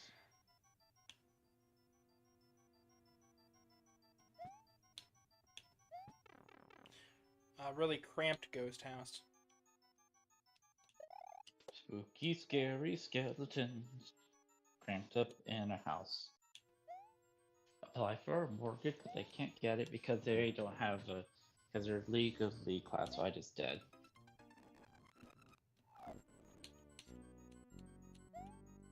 So ghost houses are good because they count as save points when you finish them.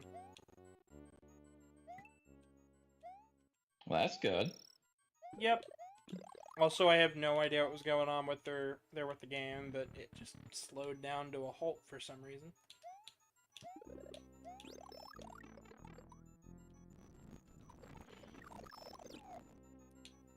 That is the one thing I don't like about the ghost houses.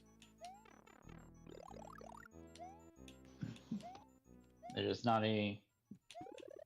They're no fun to use. As you can see, the boos will just start swarming you if you stand still. Oh, that's. Oh, ooh. That's not fun.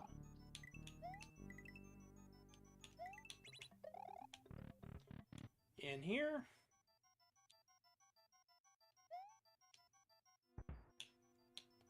Then you head back. In the door. Grab the tape. And that is one of the exits.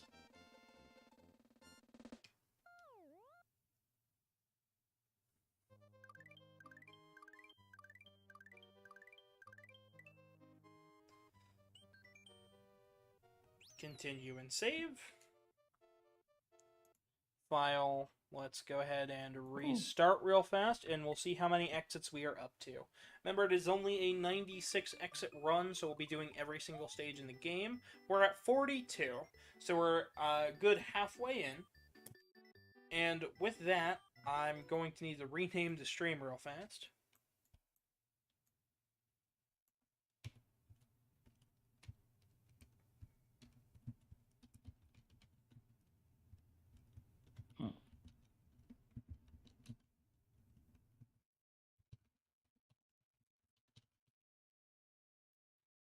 Alright, just add a couple tags.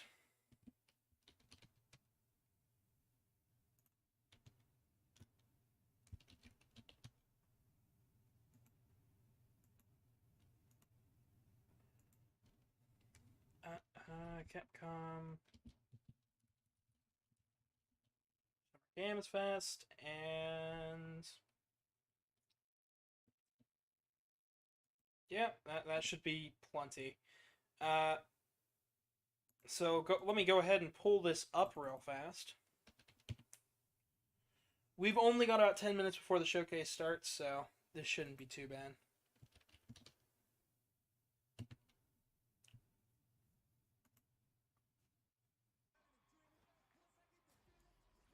Starting in 11 minutes.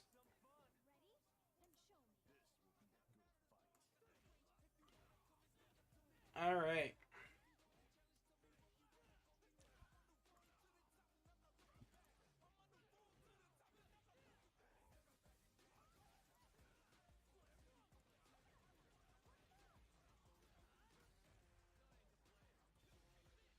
All right.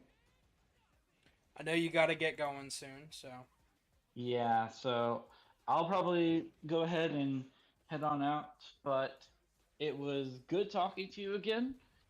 I definitely enjoyed it. I look forward to tuning again in on the future very soon, and hopefully the Capcom release will go well.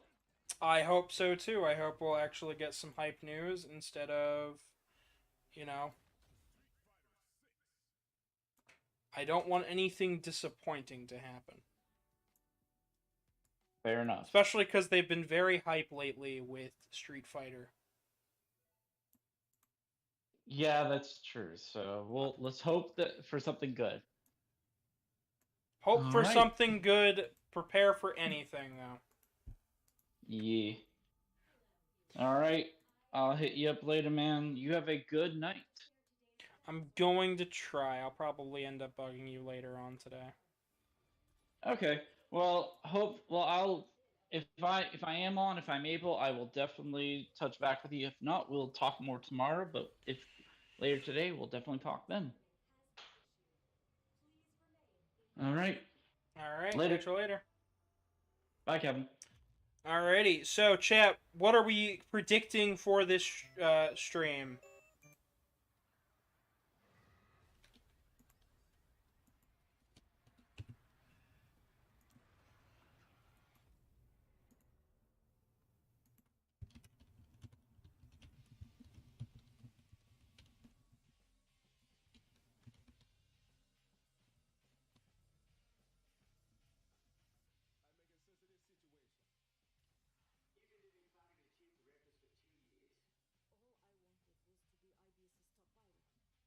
So,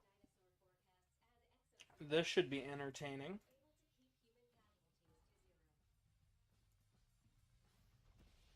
You don't know, you're not much into Capcom? Well, so they said this is going to go over mostly already known games. So we'll see stuff like Exo Primal, which is on the screen right now, Resident Evil 4 Remake, and Monster Hunter Sunrise, which is all right with me.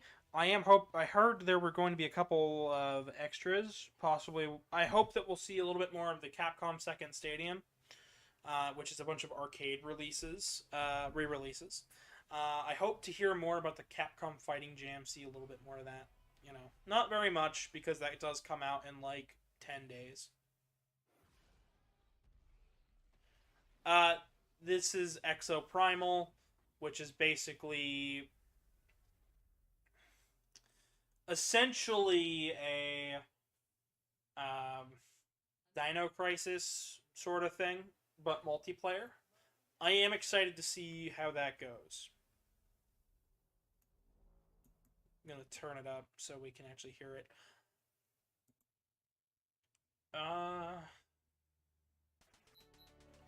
This is the Capcom Second Stadium, what I was talking about.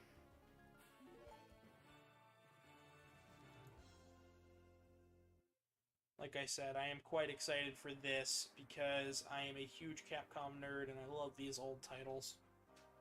Also, the stream for some reason for me is running like trash. I'm gonna chalk that up to me having too many things open.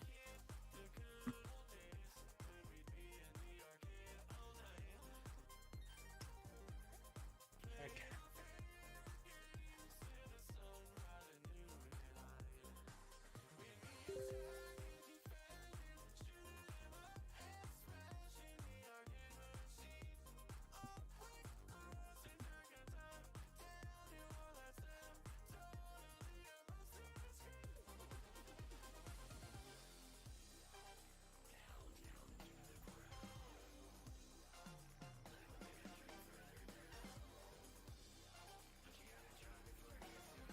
And of course, people are messaging me out of the blue.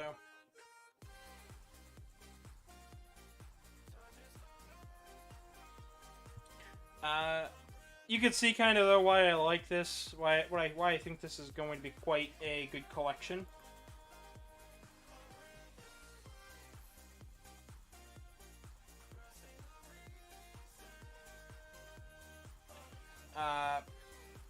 Just between all of the different titles. Plus, I'm a huge Mega Man nerd, and it's got both the Mega Man arcade games, which is a blast to me, and kind of frustrating, because I just picked up the PS2 collection so I could cover those when we got to them. Which will probably come later on in the year, closer to December, when I actually finish getting all those uploaded. I need to just start edit. I need to take a couple days and just edit. This is Monster Hunter. Monster Hunter's never really been my thing, so. So chat, please tell me your predictions. Tell me what you predict to see.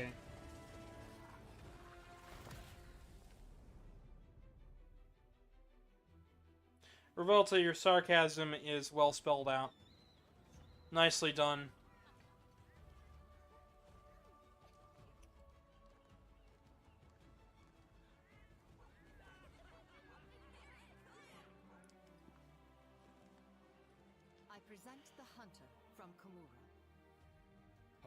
That's not sarcasm. It's because I'm massively into... It isn't sarcasm. Alright, well, I'm actually really into retro games, preserving the history of video games, so anytime that we can see some older titles, like arcade games, showcased in any meaningful way, or brought onto modern consoles, I feel it's a win for video games, because there's a lot of titles that people probably haven't played in years, or at all, and it's just because we've moved so fast and so far away from its roots in the last 50 years that it's kind of tricky. It's kind of tricky to say, yeah, this is exactly, you know, video games have gotten bigger, but these older titles are still just as good. I'm really hoping I don't get copyright stricken for doing a reaction to this. I shouldn't, due to Capcom's licensing stuff, but I do know that Gigaboots got copyrighted by Netflix recently. So let's hope that doesn't happen. I might do a Nintendo Direct if this one does good as well, because if this does well enough, I'll cover the Nintendo Direct, and I'll see what the hell's up with that. I will have to redo the thumbnail for this stream, but it'll be alright. It'll be fine. The main focus was Mario World Part 1.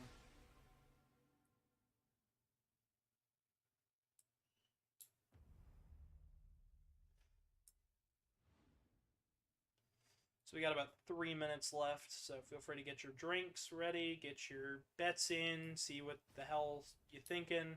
I'd love to know if there's a Ace Attorney game out there. You know, maybe add to the trilogy. Looking forward to this collection as well. Haven't played Darkstalkers at all, and I'd love to do a little Darkstalkers marathon. And this collection seems like just the way to do it. I might have to turn down my quality on this, because that stuttering is real bad. Alright, that seems to fix it a little bit.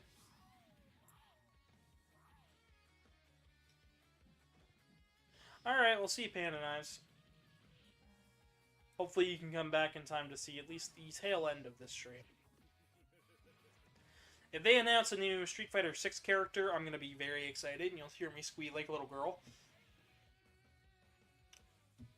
Because I love me some Street Fighter. I think it's one of those cool series that I can play no matter what. You know, feeling a bit tired, I can still play a couple rounds of Street Fighter.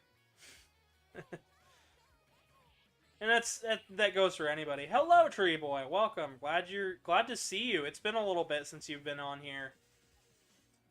We're just watching the Capcom showcase and I'll be giving my reactions and thoughts as they announce things. We have about a minute and a half left for that until that starts. But we also played Mario World earlier on in the stream, and if you're just joining me, I mostly do video game stuff, so please, please, please go check out my other stuff. I know we're 2 hours in. I should probably state I am your humble host, Gavin Kitty, and here on my channel I do video games and whatnot, so please subscribe. We're trying to get to... The goal right now is 200, and after that will be 250, I believe, so...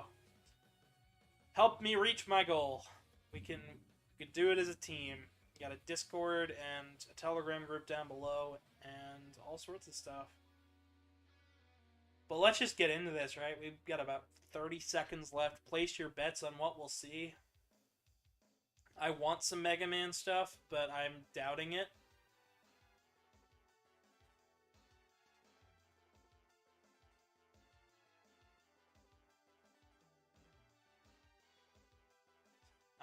Yeah, the new music showcase for the Capcom Fighting Jam sounds pretty good. All of these artists sound amazing for their new tracks. Alright, let's get into it.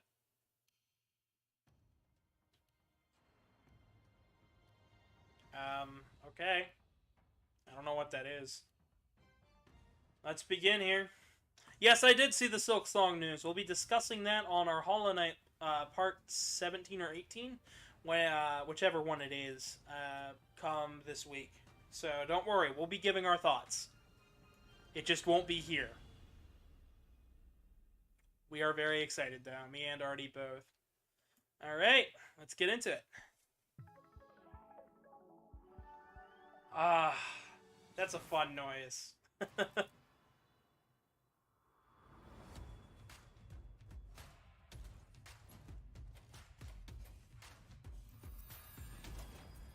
Ooh, yes. Always good to see Mega Man in a Capcom show. Hello everyone. Welcome to the Capcom Showcase, where we'll share exciting new updates on our upcoming games. We have some surprises in store, and hope you enjoy the show. Let's begin. So, we're starting with a game I don't play, but I'm sure you guys are probably pretty excited for it. I know a lot of you guys are I know a lot of people are really into Monster Hunter. I'm not, but I totally get it. I understand. Killing giant monsters, I thought I'd be into it too. I played a little bit. I just couldn't get into it. It was too slow. Something about it just didn't feel right. But maybe I started with the wrong one. I started with World, so I'll have to give it another go some other time. Let's take a look. World premiere. Fuck yeah. I'm gonna do the voices. Of course I'm gonna do the voices. No one said I couldn't.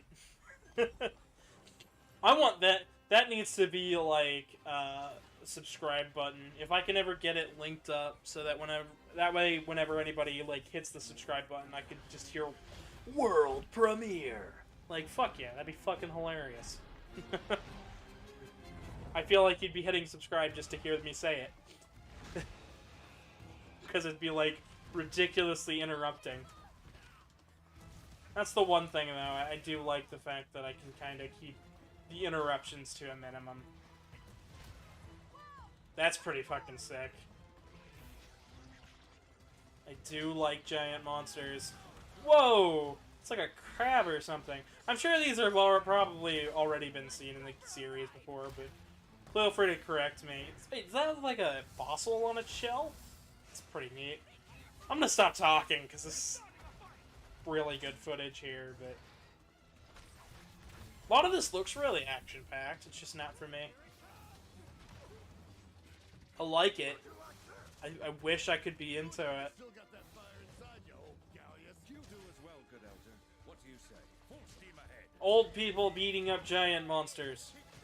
My bet's on the giant monsters, but the old people have big swords, so we'll say they'll win.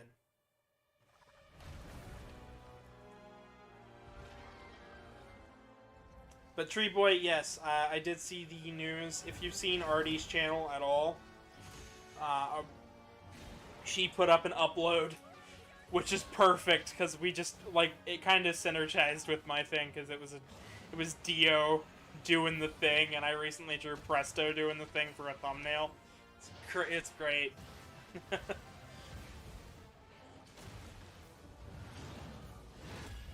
We will be getting a new stream overlay sometime in the future. I want to say soon, but it's probably not going to be soon. Okay, good. Good to know that that's coming, I guess. But, like, that's literally the end of the month, so First, let me introduce I really hope we don't focus on it. The jungle area that debuted in the second generation of Monster Hunter games is back in Sunbreak. That's nice. That the jungle's appearance changes over time. It's a nostalgic area that both veteran hunters and new players are sure to enjoy. And of course, we've updated the jungle with new elements and endemic life specifically for its return in Sunbreak. Longtime fans can look forward to exploring the devastated ruins around the coastal area.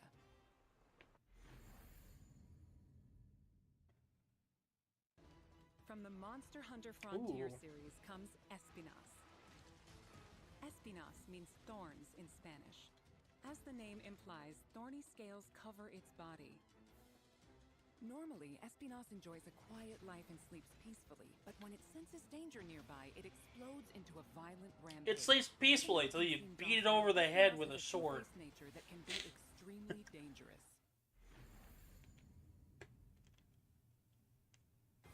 The flagship monster of Monster Hunter 4, Gore Magala, is back. Gore Magala is a sightless creature with black scales and sensitive That sounds like something I'd hear in Silk Song, like, oh my god.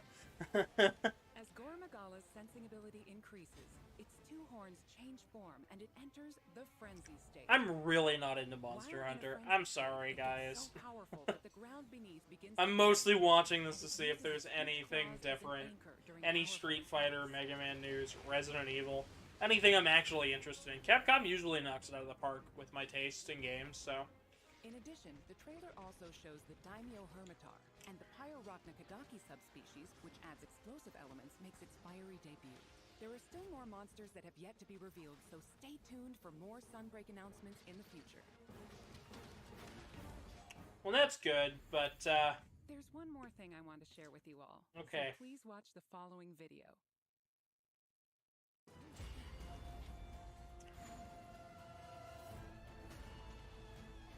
Oh, you can demo it. That's good. Also, I have no idea how long this is gonna be.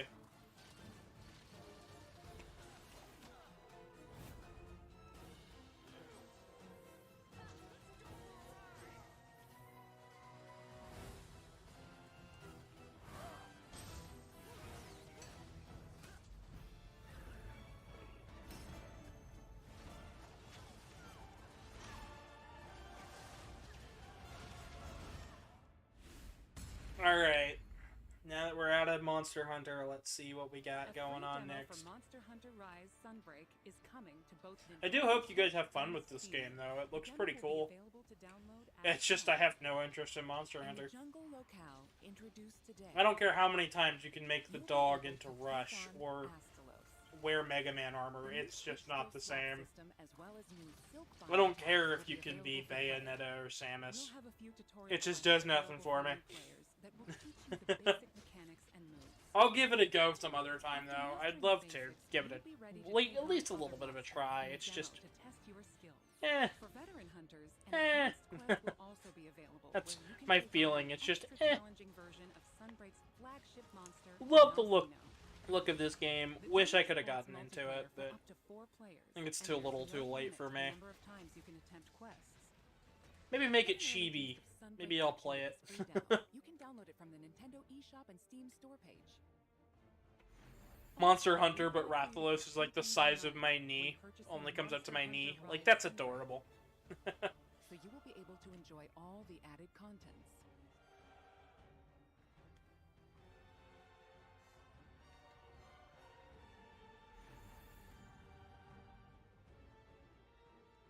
Oh, I thought that... Sunbreak's release, we plan to release a number of free title updates. Please enjoy this quick video preview of what's on the way. See, I thought when they said there was one more thing, I thought, okay, we're done with Monster Hunter, we're moving on to the next thing. Not, okay, here's more Monster Hunter.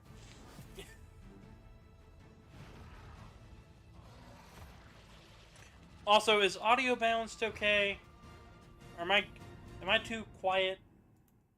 I'll turn down the video Our regardless. first title update scheduled for August 2022 will add Lucent Nargacuga. Cool. It's like a bat This thing. monster will be a part of the first free title update to come to Sunbreak post-launch. That sound fine? Okay. In addition to the Lucent Nargacuga, we're also adding a new area, the iconic Forlorn Arena. With future title updates, we plan on including additional monsters, variants, and more. Our title update release schedule is as follows. The second title update is planned for a fall 2022 release. You're just planning. Yeah, it's The third fine. title It's update will fine. come in winter 2022. And there's more to come. You missed out on Mario World though, so I hope you can go back and listen Each to it. title update will include additional monsters and other elements. We hope you'll check them out. I've been continuing to pump out content for this channel. I know that come July we've got Anthrocon, so Monster Hunter Rise Sunbreak will be released worldwide on I've got so June much footage from cons, 2022. and I just haven't finished any of the videos. The BRFF video I was planning on making turned into a shit show. I got too many pictures and not enough videos. Pre-orders will also receive I have like 2 videos, and I just didn't feel like making a slideshow. I was like, no. I'm not doing a low-effort slideshow. I don't feel like that's worthy of the convention. Please visit the official website and follow Monster Hunter social channels for more info. That wraps up our news for Monster Hunter Rise Sunbreak. Thank God. Thanks for tuning in and enjoy the Cool rest stuff. of I hope the fans really liked it. I'm not a fan. Now we will present the Capcom Spotlight Corner. Ooh. Okay, so we're just gonna spotlight a couple things. Street Fighter 6, coming soon. I am The next excited for generation this. of Street Fighter is currently in development and has something fun for everyone to enjoy. I've heard nothing but good Ryu things from and people who've Chun-Li played it. will be heating up the battle stage right alongside some of the newest fighters, Luke and Jamie. With breathtaking new visuals, I can't wait to give this a shot. We're playing this on my channel. We're doing the story mode. Street Fighter 6 20 minutes till dawn. I have not. That sounds pretty cool, though. will allow you to experience the Street Fighter universe. What awaits you in this game? Look forward to our next announcement later this year. Yeah, we'll be playing this. Celebrating the 35th anniversary of the Street Fighter franchise, the Capcom Fighting Collection will be released later this month. Included is the first ever release of Red Earth outside of arcades. Can't wait to try this either. I don't know if I'll be playing it on the channel, but I'm definitely gonna be picking it up. Stalkers titles and more.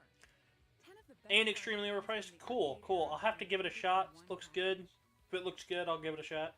All of the Something I titles could probably play on the will be channel, playable like do a online. one-off video on, or would it be a So play multi-parter live if I did against your that? friends. Or fight online against new challengers. Enjoy a full range of online matches. Capcom Fighting That's an Collection earnest will launch question, by the on way. June 24th, 2022. Pre-orders are available now. Please visit the official website for more information. Play the games you loved again. Capcom Arcade Stadium has expanded.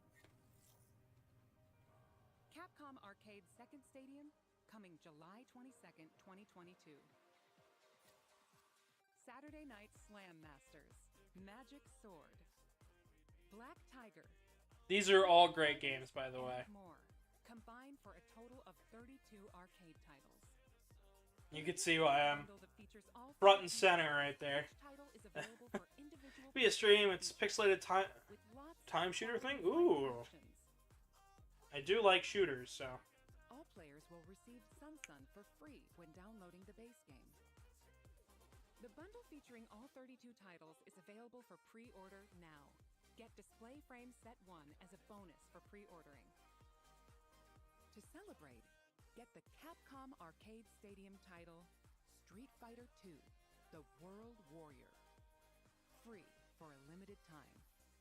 That's pretty good, too. That's a At good Capcom deal. Arcade Stadium as well. Even if you've never played a Street Fighter game, that's not a bad starting point. Next up, Especially is if it's an update free. on Capcom's new team-based action game, Exo Primal. Some of people were, like, hoping that this was just, like, a multiplayer mode for a Dino Crisis. Some others are like, it'll be like a new title. To show today. That I includes am multiple super curious about it, but Let's take a look. I don't know. World premiere, yeah, fucking. I am the artificial intelligence, Leviathan. Ooh. Your personnel data indicates you are a suitable specimen to join an ongoing experiment. Under my supervision, Ibius Corp conducts its most important research here. Welcome to Bikitoa Island. Cool, cool. I hope this has like a story mode. Combat test. The first team to complete their assignment wins.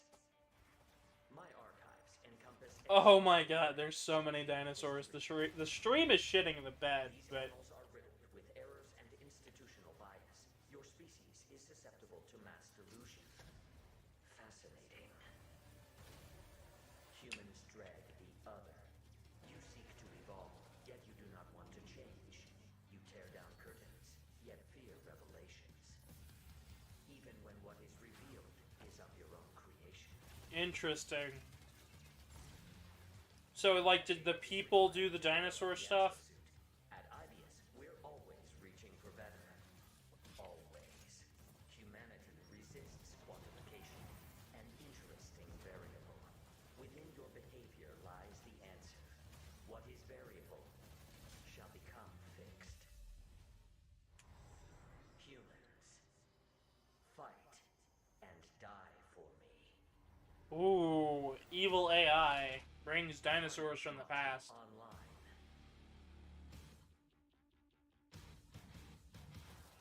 I call your attention to the unstoppable raptor horde. Calculating chance of employee retention. Chance calculated at 8.7%. You must fight harder than ever if you wish to survive. A more grueling combat experiment is called for.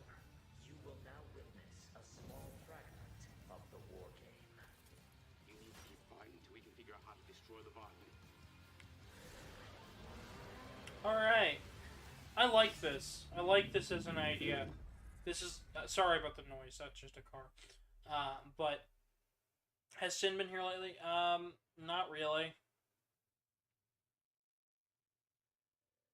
We hope you enjoyed the He trailer. barely pays attention to what I stream. I will get into more detail about the game. Developed by Ibius Corporation, Leviathan is a next-gen AI that guides players throughout Exo Primal via voice navigation and augmented reality displays. Leviathan appears before players as a massive human-like figure, or as a surveillance drone called a Watcher. The trailer shows Leviathan unleashing hordes of dinosaurs. See, this looks neat. I want to know more about it, but I'm also not like... I see it as something really cool. Player versus enemy, big, massive, like you going into the team and you just wreck shit. Cool. Let me provide a brief gameplay introduction. Exo Primal is a team-based action game. In Dino Survival, Okay, but can I play it single player? race to complete objectives. Because I probably won't be able to get 4 or 5 people to play this game. And complete the mission Let's be of real. rivals to win. I think this is sick as shit. But other people are going to be like, why isn't it Dino Crisis? Or, I'm just going to play Apex, or something like that. And that's perfectly fair. They've been playing these other games for years. So, In full defense, teams protect a grounded aircraft from dinosaur onslaughts. In data key security, teams and I'm ensure not one valuable for asset to its destination. multiplayer shooters. Destroy targets in Omega Like, I played Splatoon every now and again, but I got my ass handed to me. In Energy Taker, teams compete to collect the most energy.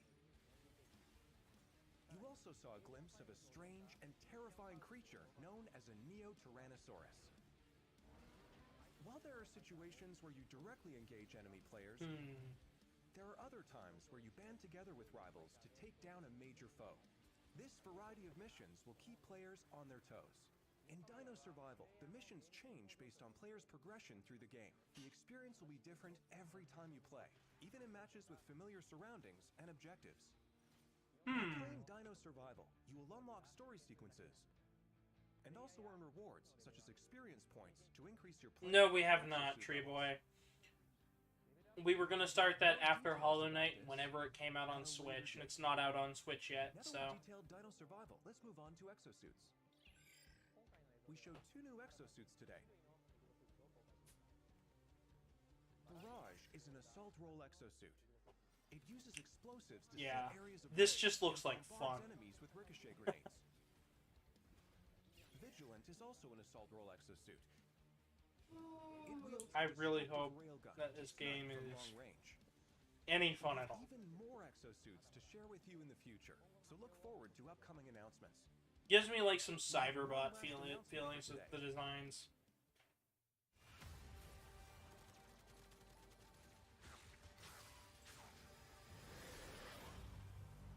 Welcome to my Ooh. research facility. We're conducting a closed network test for Exo Primal. Players will be able to try the game ahead of release. I'm gonna give this a go. Help us test the game's online infrastructure and make improvements ahead of launch.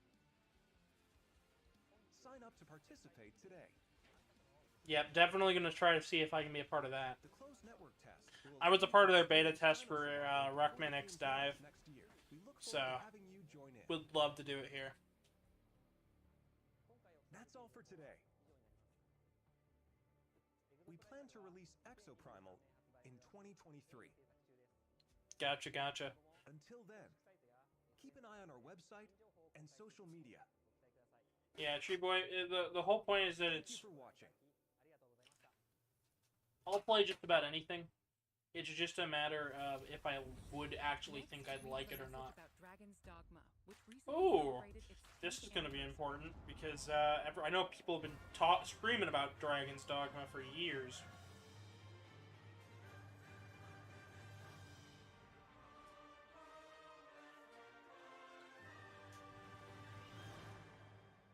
This is a new game, a remake. Hi everyone, I'm Hideaki Itsuno, game director at Capcom. I couldn't A tell. few weeks ago, we celebrated the 10th anniversary of Dragon's Dogma. Thanks to all of you for joining us in this celebration. The world of Dragon's Dogma has since spread to various different kinds of media, ranging from games such as Dragon's Dogma and the Dark Arisen expansion, to digital comics and a Netflix original animated series. Oh, that's cool. In the coming days, we will be releasing a video celebrating 10 years of Dragon's Dogma, talking about how and what Dragon's Dogma came to be. So whether you're a longtime fan or just curious about the series, we'll have something for you to enjoy. We hope you check it out. Once again, thank you all so much. Good to know they're keeping it in the spirits and they're gonna keep the games going. And now we have a bunch of updates from the Resident Evil franchise. Also good. Glad to know we're gonna finally Hello, see everyone. the I'm Village Kyo DLC Honda, eventually. producer of Resident Evil Village. Thanks to all of our fans, Village has sold over 6 million units worldwide. Everyone on the team is incredibly happy to see so many people enjoy the game. Thank you for your support. The Resident Evil series continues to bring fun experiences to people around the world. We want longtime fans and people who are new to Resident Evil to enjoy this storied franchise. Let's start with this video. I think it's the DLC. I think they're gonna start with the DLC here. Oh, wow. Yeah. Oh, spoilers. No. Yeah. I loved RE8. That's not a secret at all. I loved RE8 so much. I played that game like 7 times. Chris doesn't know I can do. I want to live a normal life. Darn straight she does.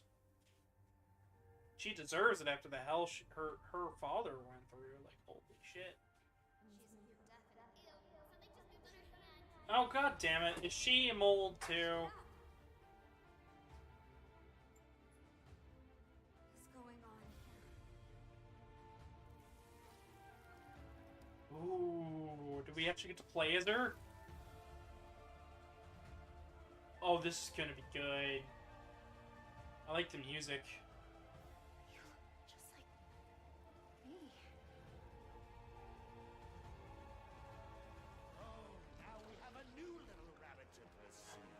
Oh no! The fuck? Oh, I can't wait! Shadows of Rose. Give me a release date, please. It's tough. Yes! Chris Redfield and Mercenaries. Heck yeah! Wait! You can play as them? Oh! That's badass. Listen, this game was worth it beforehand, but now I gotta pick it up again for PS5. Like, shit. Wait! Third person? Wait a minute! Party 8 was first person, what? Oh, shit! Gold edition!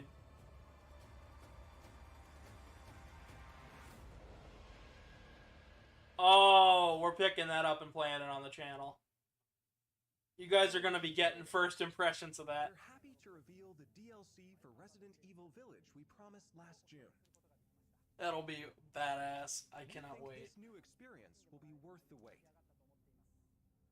This DLC includes 3 major features. First, the third-person mode. Many people asked for this, and we were able to add it into the game. That's You'll be able to great. see Ethan as he desperately fights for survival. Yeah. Players that have fully experienced Ethan's journey can enjoy the new perspective and animations too. The Mercenaries returns with additional orders in an arcade-style action game where Sorry, somebody needs to message Truman and tell him that I'm hyped for Gold Edition on this. are included, as well as additional playable characters such as Chris Redfield and Heisenberg. Of course, Lady Dimitrescu will be there too. We've really fueled this mode up. Enjoy looking down on your foes from over 9 feet above as Lady Dimitrescu slashes her enemies Oh, inside. she just threw a chair. The third edition is one you've surely been waiting for. An additional story, Shadows of Rose. Oh, what do you guys think of this? I'm Just a bit of hyped. this story. I'm excited. Rose, the beloved daughter of the main protagonist Ethan, is now a grown-up main character in this new story mode. It's now a In this fucking sequel to the character. main story of Village, you can experience Rose's struggles with the terrifying powers she was born with. To break free of the curse of her powers, she enters the consciousness of the Megamycete. Ooh. There, she meets a girl who looks just like her. In this mysterious realm of consciousness, time and space is warped beyond recognition. Rose is guided by a being who calls himself Michael, who might be of assistance with removing her powers. Or wants to take it Rose for is set themselves. completely in a third-person perspective. In the realm of consciousness, you won't only face creatures, but the world itself seems to be attacking you. Enjoy the horror of the world itself being your greatest enemy. Oh, yes. I like this. How will Rose find freedom from her mysterious powers? Don't show me anything else of this. I just want to play. The DLC for Resident Evil Village Winter's Expansion includes all 3 of these major additions. In addition, Resident Evil Village Gold Edition, a bundle of Winter's Expansion with the base game, will be released simultaneously. The release date is planned for October 28th, Cool. 2022. I'm very Resident happy. Evil RE-Verse will also begin service on the same date, October 28th, 2022. We hope that you are looking forward to it. Okay, good. They're done with the beta test and stuff for that, so that'll be out. How did you like that? Good multiplayer mode. It's Also, alright, I as played it. already announced, But we are working on making the main multiplayer is story not my main available draw on Mac, ever so with a that Resident even Evil more game. It's people always can the enjoy story. Resident Evil. In addition, the main story of Village is planned to be playable on PlayStation VR 2. We're working hard on bringing you the ultimate immersive experience worthy of next gen in Resident Evil Village. Very excited about this as So look well. forward to future announcements. Trust me, we'll be doing VR2 A stuff game that was announced whenever just we a get to few pick days that ago. up. Just a couple of weeks ago, yeah, Resident Evil 4 remake. I know you guys are probably more interested in that than 8. Let's be real.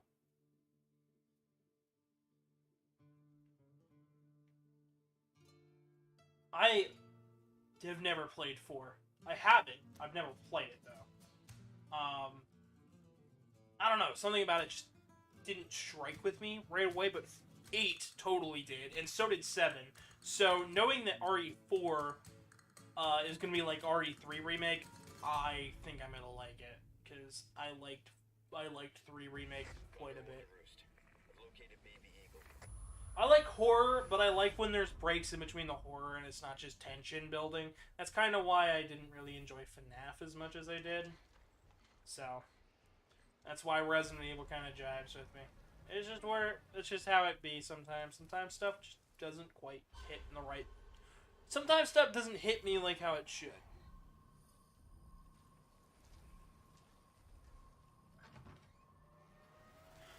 You saw the Resident Evil 8 stuff. What else did you miss? Exo Primal and a couple of other things.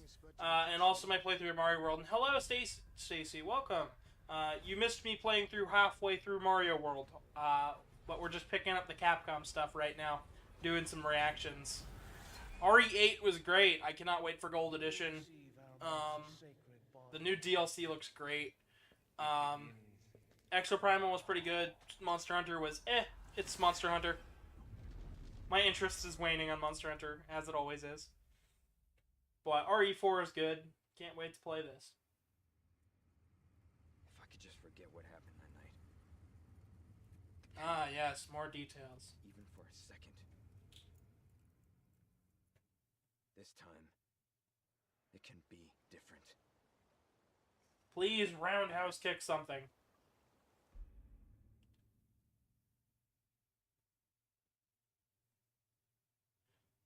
It's still going on, Stacy. And Gex is owned by Square Enix. And I'm Yoshiaki Hirabayashi, producer of Resident Evil 4. This title is a reimagining of Resident Evil 4, based on the original 2005 release. Similar to other titles in the series, we are carefully preserving what makes the original title special, while updating it with modern flourishes for everyone to enjoy when it launches in 2023. Today, we'll reintroduce a bit of the game's story. Resident Evil 4 is set 6 years after the events in Raccoon City, depicted in Resident Evil 2 and Resident Evil 3. The main character of the game, Leon S. Kennedy, survived the Raccoon City incident and was assigned as an agent directly under the President of the United States. Leon is dispatched to a quiet village in Europe as part of a mission to rescue the kidnapped daughter of the President. You might notice Leon is much more mature and fearless due to his past experiences.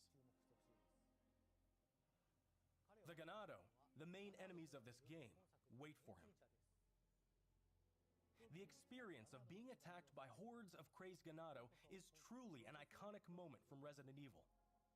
In order to truly bring out the concept of terror of people controlled by madness, the Ganado have been completely redesigned. They still look just as, like, a lot scarier, actually. The game itself. Oh, we're just getting right into gameplay. Of course. Nice. Leon arrives at a dense and dangerous because I didn't want to get copyright stricken by anything, and also because I was worried that it was underpowering me. Of course, there will also be thrilling battles. Like, you can go watch this on the Capcom channel if you want, but I'm just doing a reaction because I figured that'd be fun. You know, I haven't done a reaction to anything else, and this just ever so happened to land right after I would have finished up with my stream, so... It's being developed for PlayStation 5, Xbox Series X, Series S, and PC. So it comes out next year, and it won't be on any of the previous consoles. That's good to know. Glad I have a PS5. To create a Resident Evil 4 that everyone can enjoy, so please look forward to it. Thank you. Thank you so much. I didn't, but it's more fun for me if I stay completely dead serious.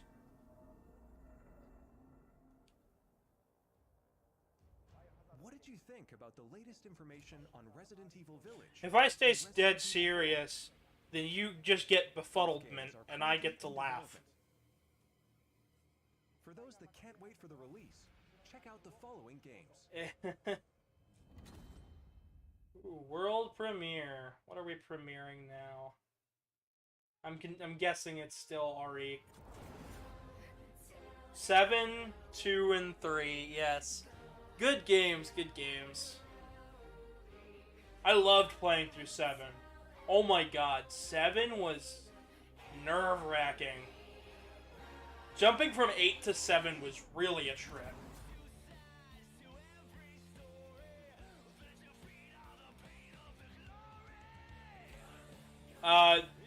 Stacy St. John, there are Resident Evil games on the Dreamcast. Virtual Boy, no. We're talking modern systems. We're talking Xbox, Switch, and PC.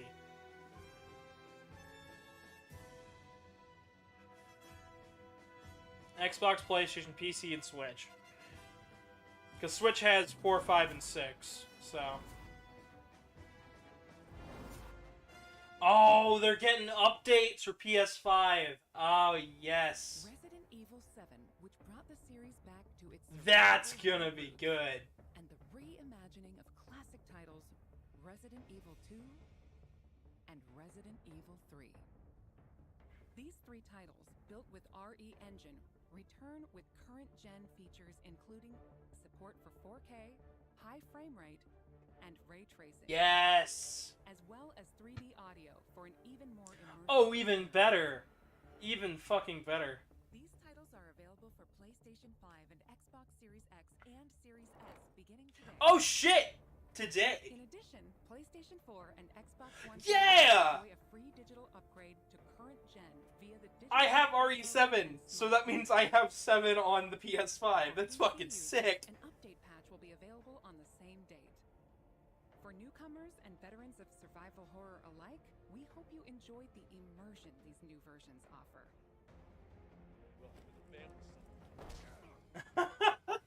That's fucking sick. I love it. I love it. I'm very happy about That's that. all for today's announcements. Thank you.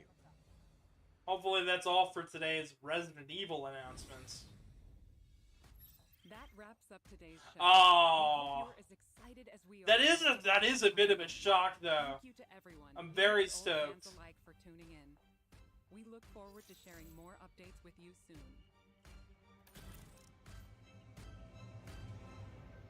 So, we'll be seeing Mega Man probably later on in the year. Probably closer to December 17th. I'm very glad with what I did get to see there. That was quite good.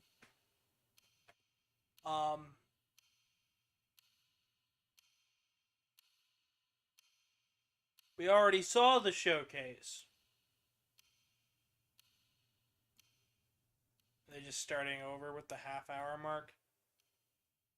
Alright. My thoughts. Pretty good, especially if you're a Resident Evil fan.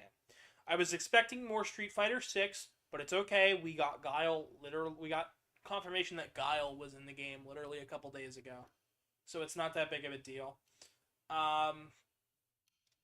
Monster Hunter, I think they spent way too much time on it.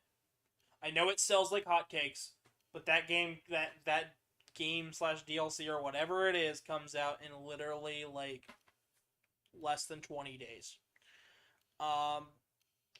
Resident Evil, super cool that they just shadow dropped PS5 versions of 2, 3, and 7. That's fucking sick.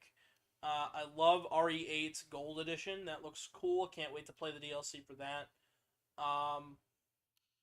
All of the fighting game and whatnot, and the re-releases of the older arcade titles, great to see it, but we already knew about it. Nothing here blew my socks off. I'm hoping Nintendo does a Nintendo Direct. Overall, the game showcase for everything has not been too bad. And of course, we're just going to get repeats. So, yeah. But that's all from me, personally.